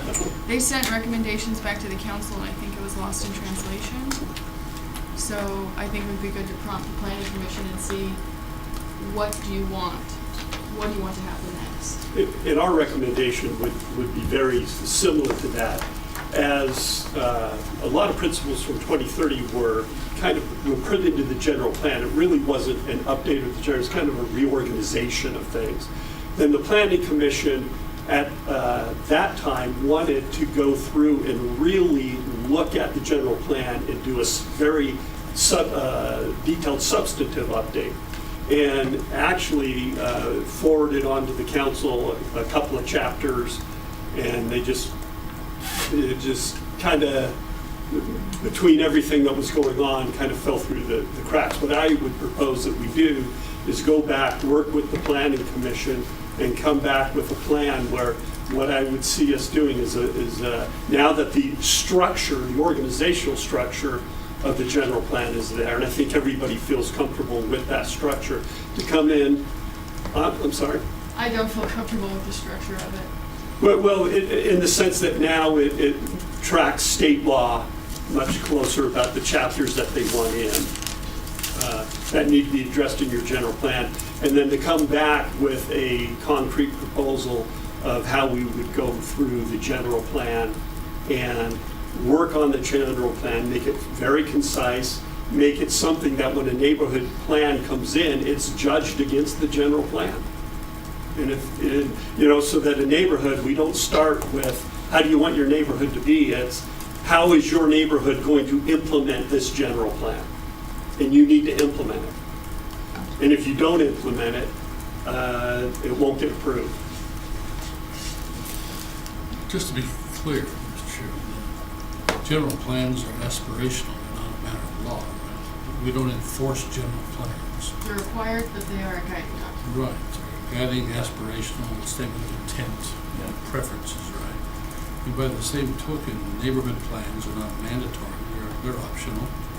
It takes a critical mass of neighbors to say we need to do something, and that goes to Shannon's point, they tend to sometimes be reactionary to the immediate problem as opposed to a larger thing. I just want to make sure I have that straight. Yeah, and I think what I was saying earlier is that if it's done right, I think it maybe could reduce the reactionary dimension, as long as it's not a tool to enable it, right? But that it's instead a tool to, help improve a collective vision.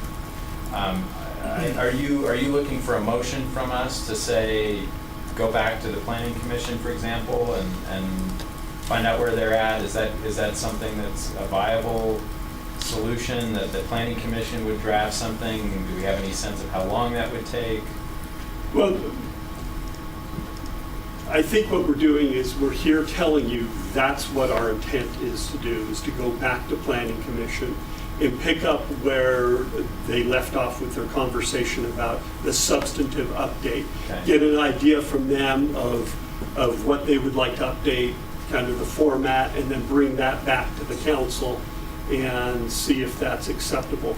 I don't want to pull the trigger and spend hundreds of hours of staff time on something that's not, is a non-starter with the council, ultimately the direction that you'd like to go.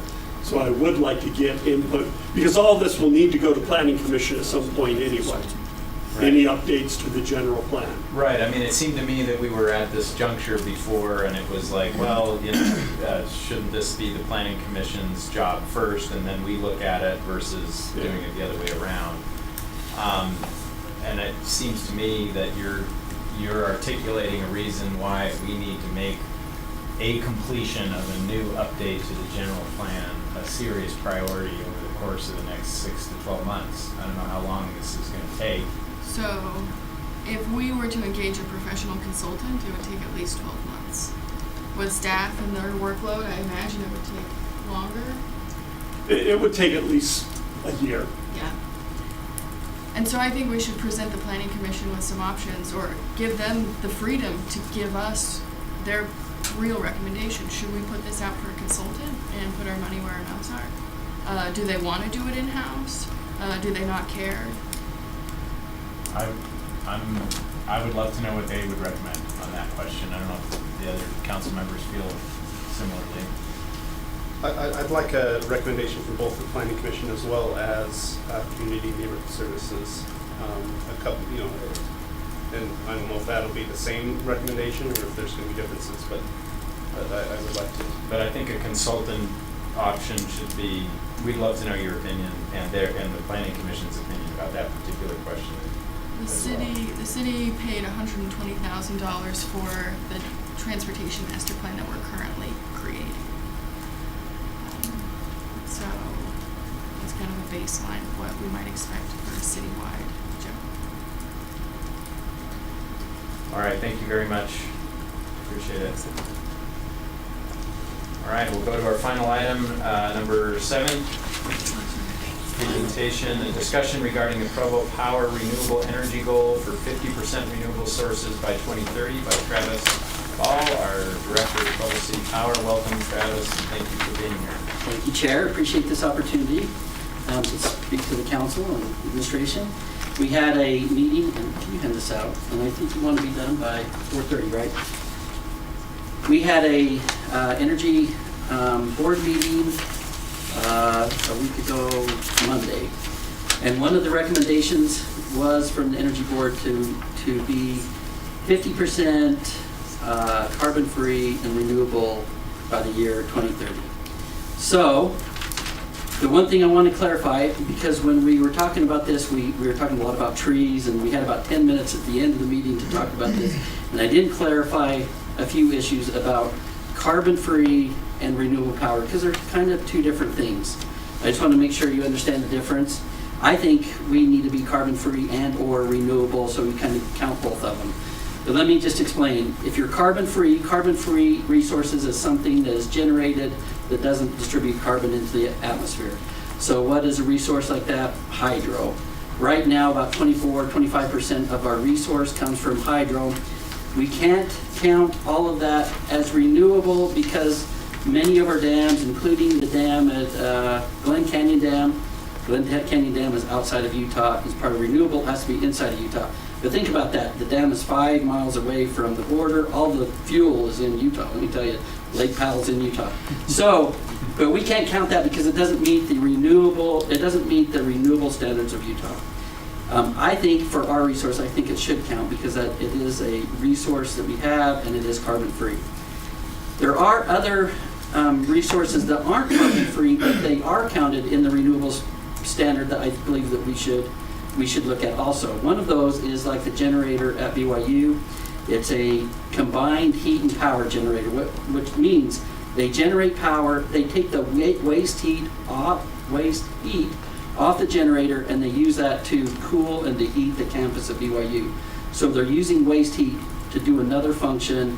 It's decreasing the amount of particulate in the air, so it is counted as renewable.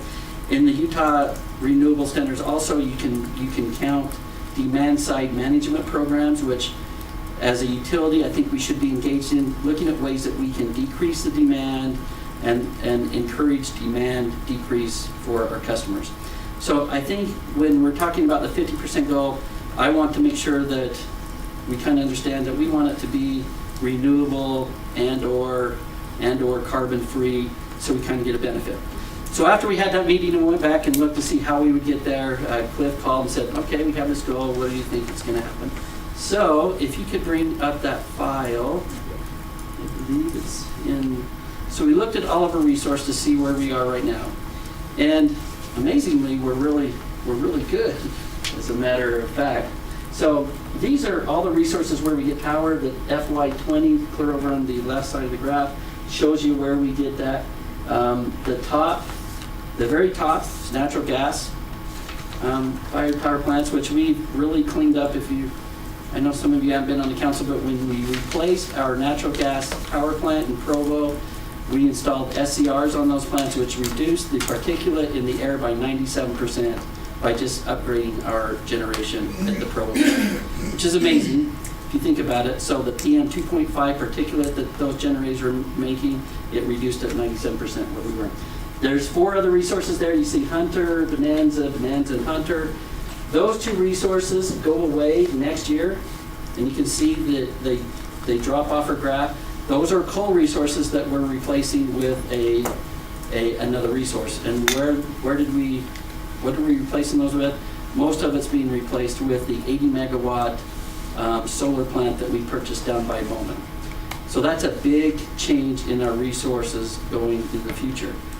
And amazingly, solar costs have come down so much, it's very economical for us. That solar plant is less than 3 cents per kilowatt hour, which is amazing. So if you kind of scroll down towards the bottom, we've done a little calculation to show you kind of what we believe. If we look at the total load served by renewables this year, if we count all of that carbon-free and we count BYU, if they run, that's the thing right now, they're not running, so we won't get as much, so that might be a little bit different, but I do believe in the future they'll run. We're already up to 39%. Next year we'll be up to 46% with the solar panels coming on, and the year after that we'll be at 54%. So we're really up to the 54%, over 50% in 2 fiscal years. That changes if we don't count some of those resources. If we don't count the BYU resource, it's down to about 28%. Oh, that's the non-state hydro. So that it really drops down. The 28%. We're still over the renewable goal for the state. If we don't count the hydro, we're still over 28%. And then the bottom line is if we don't count BYU, we get to about 45%. After the year about FY 56%, we have to replace some other resource. But if we get some green resource, whatever that may be, then we'll get up to the 50% goal that we've set. So I think that's really good news. I think that's, and it's a lot from the Sustainability Committee. We've really worked hard at reducing our carbon footprint and looking at more renewable resources. And frankly, we've done it in a way that has not increased prices. I mean, we haven't increased our rates for 4 years now. So that's exciting. Any questions on that, Dave? Is this Provo Power? Is this UMPA? Or is it exactly the same because we buy all of it? This is Provo Power. Okay. And we went through, it's the same thing because we are an all-inclusive, right? The only thing difference is we've counted all the rooftop solar in Provo. So we have a line that says distributed solar. Mm-hmm. That's the rooftop that's been installed in solar, and so we count that on our system. I did not notice West Valley. We put it in as natural gas. We put in for peaking powers natural gas at the top. Okay, so Yeah. that gas is not just the It's not just the, power plant. right. Okay.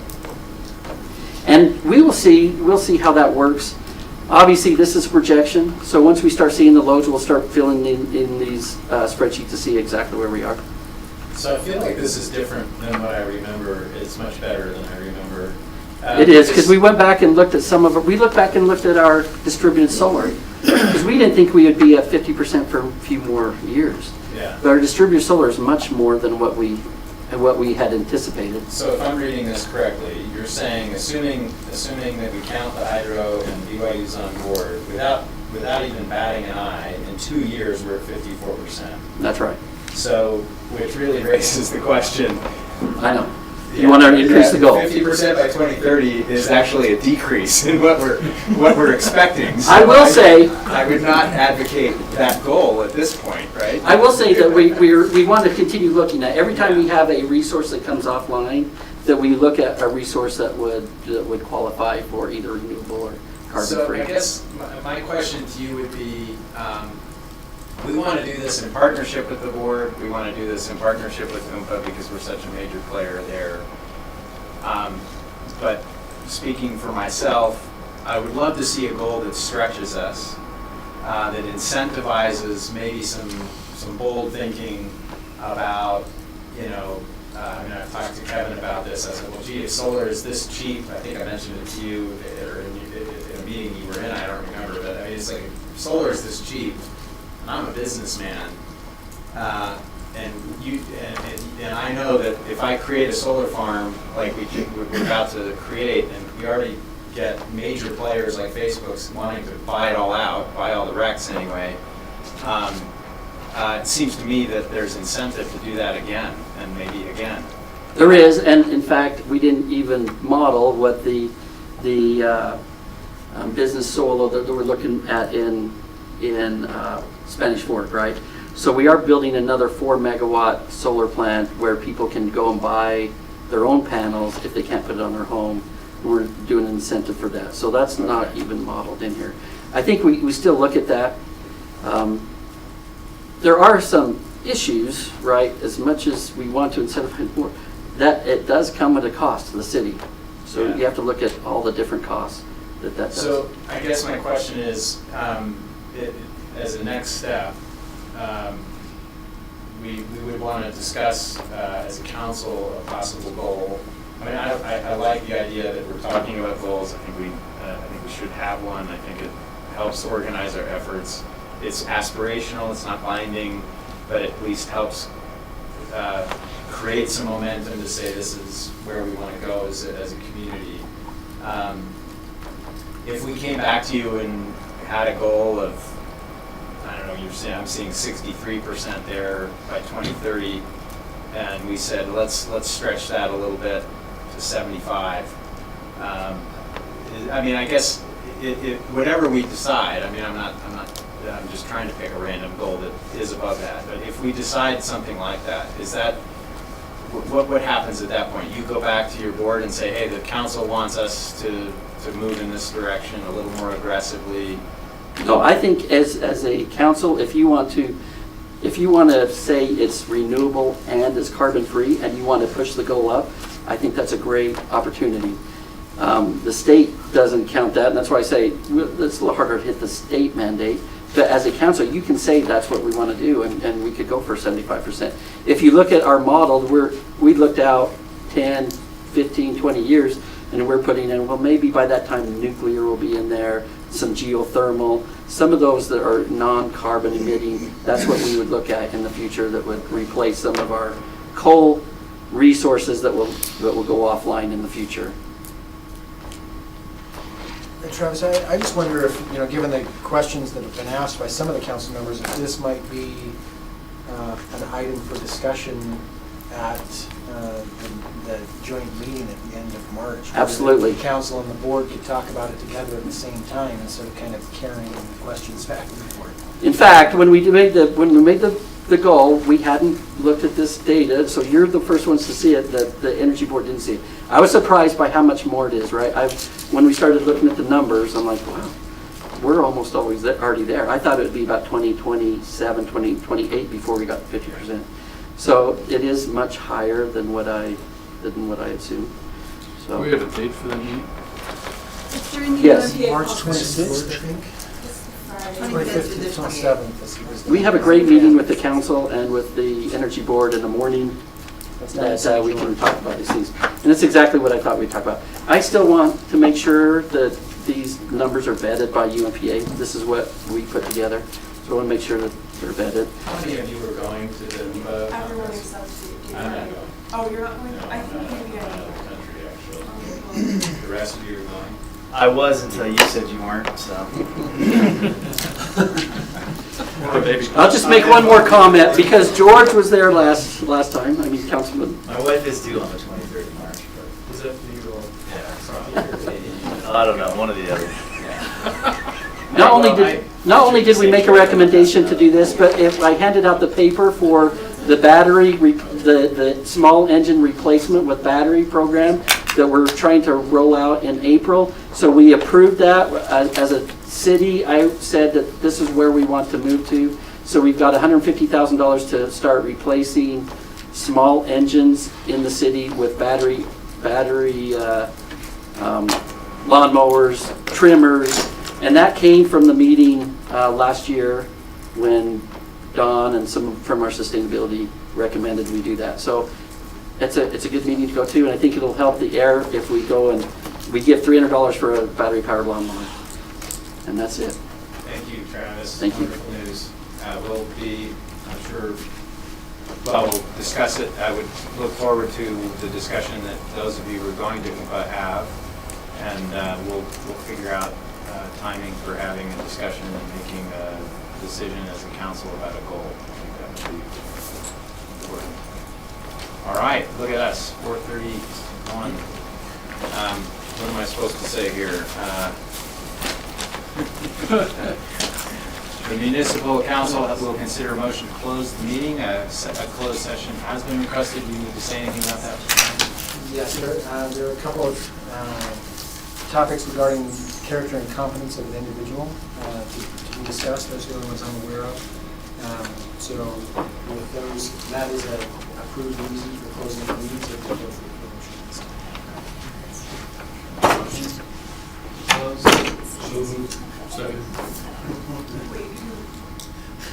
Mr. Harding and Mr. Fillmore, first and second. Okay. So now what do I say? Now is there a vote? Do I need a vote? Yes. Yes. All in favor? It's unanimous.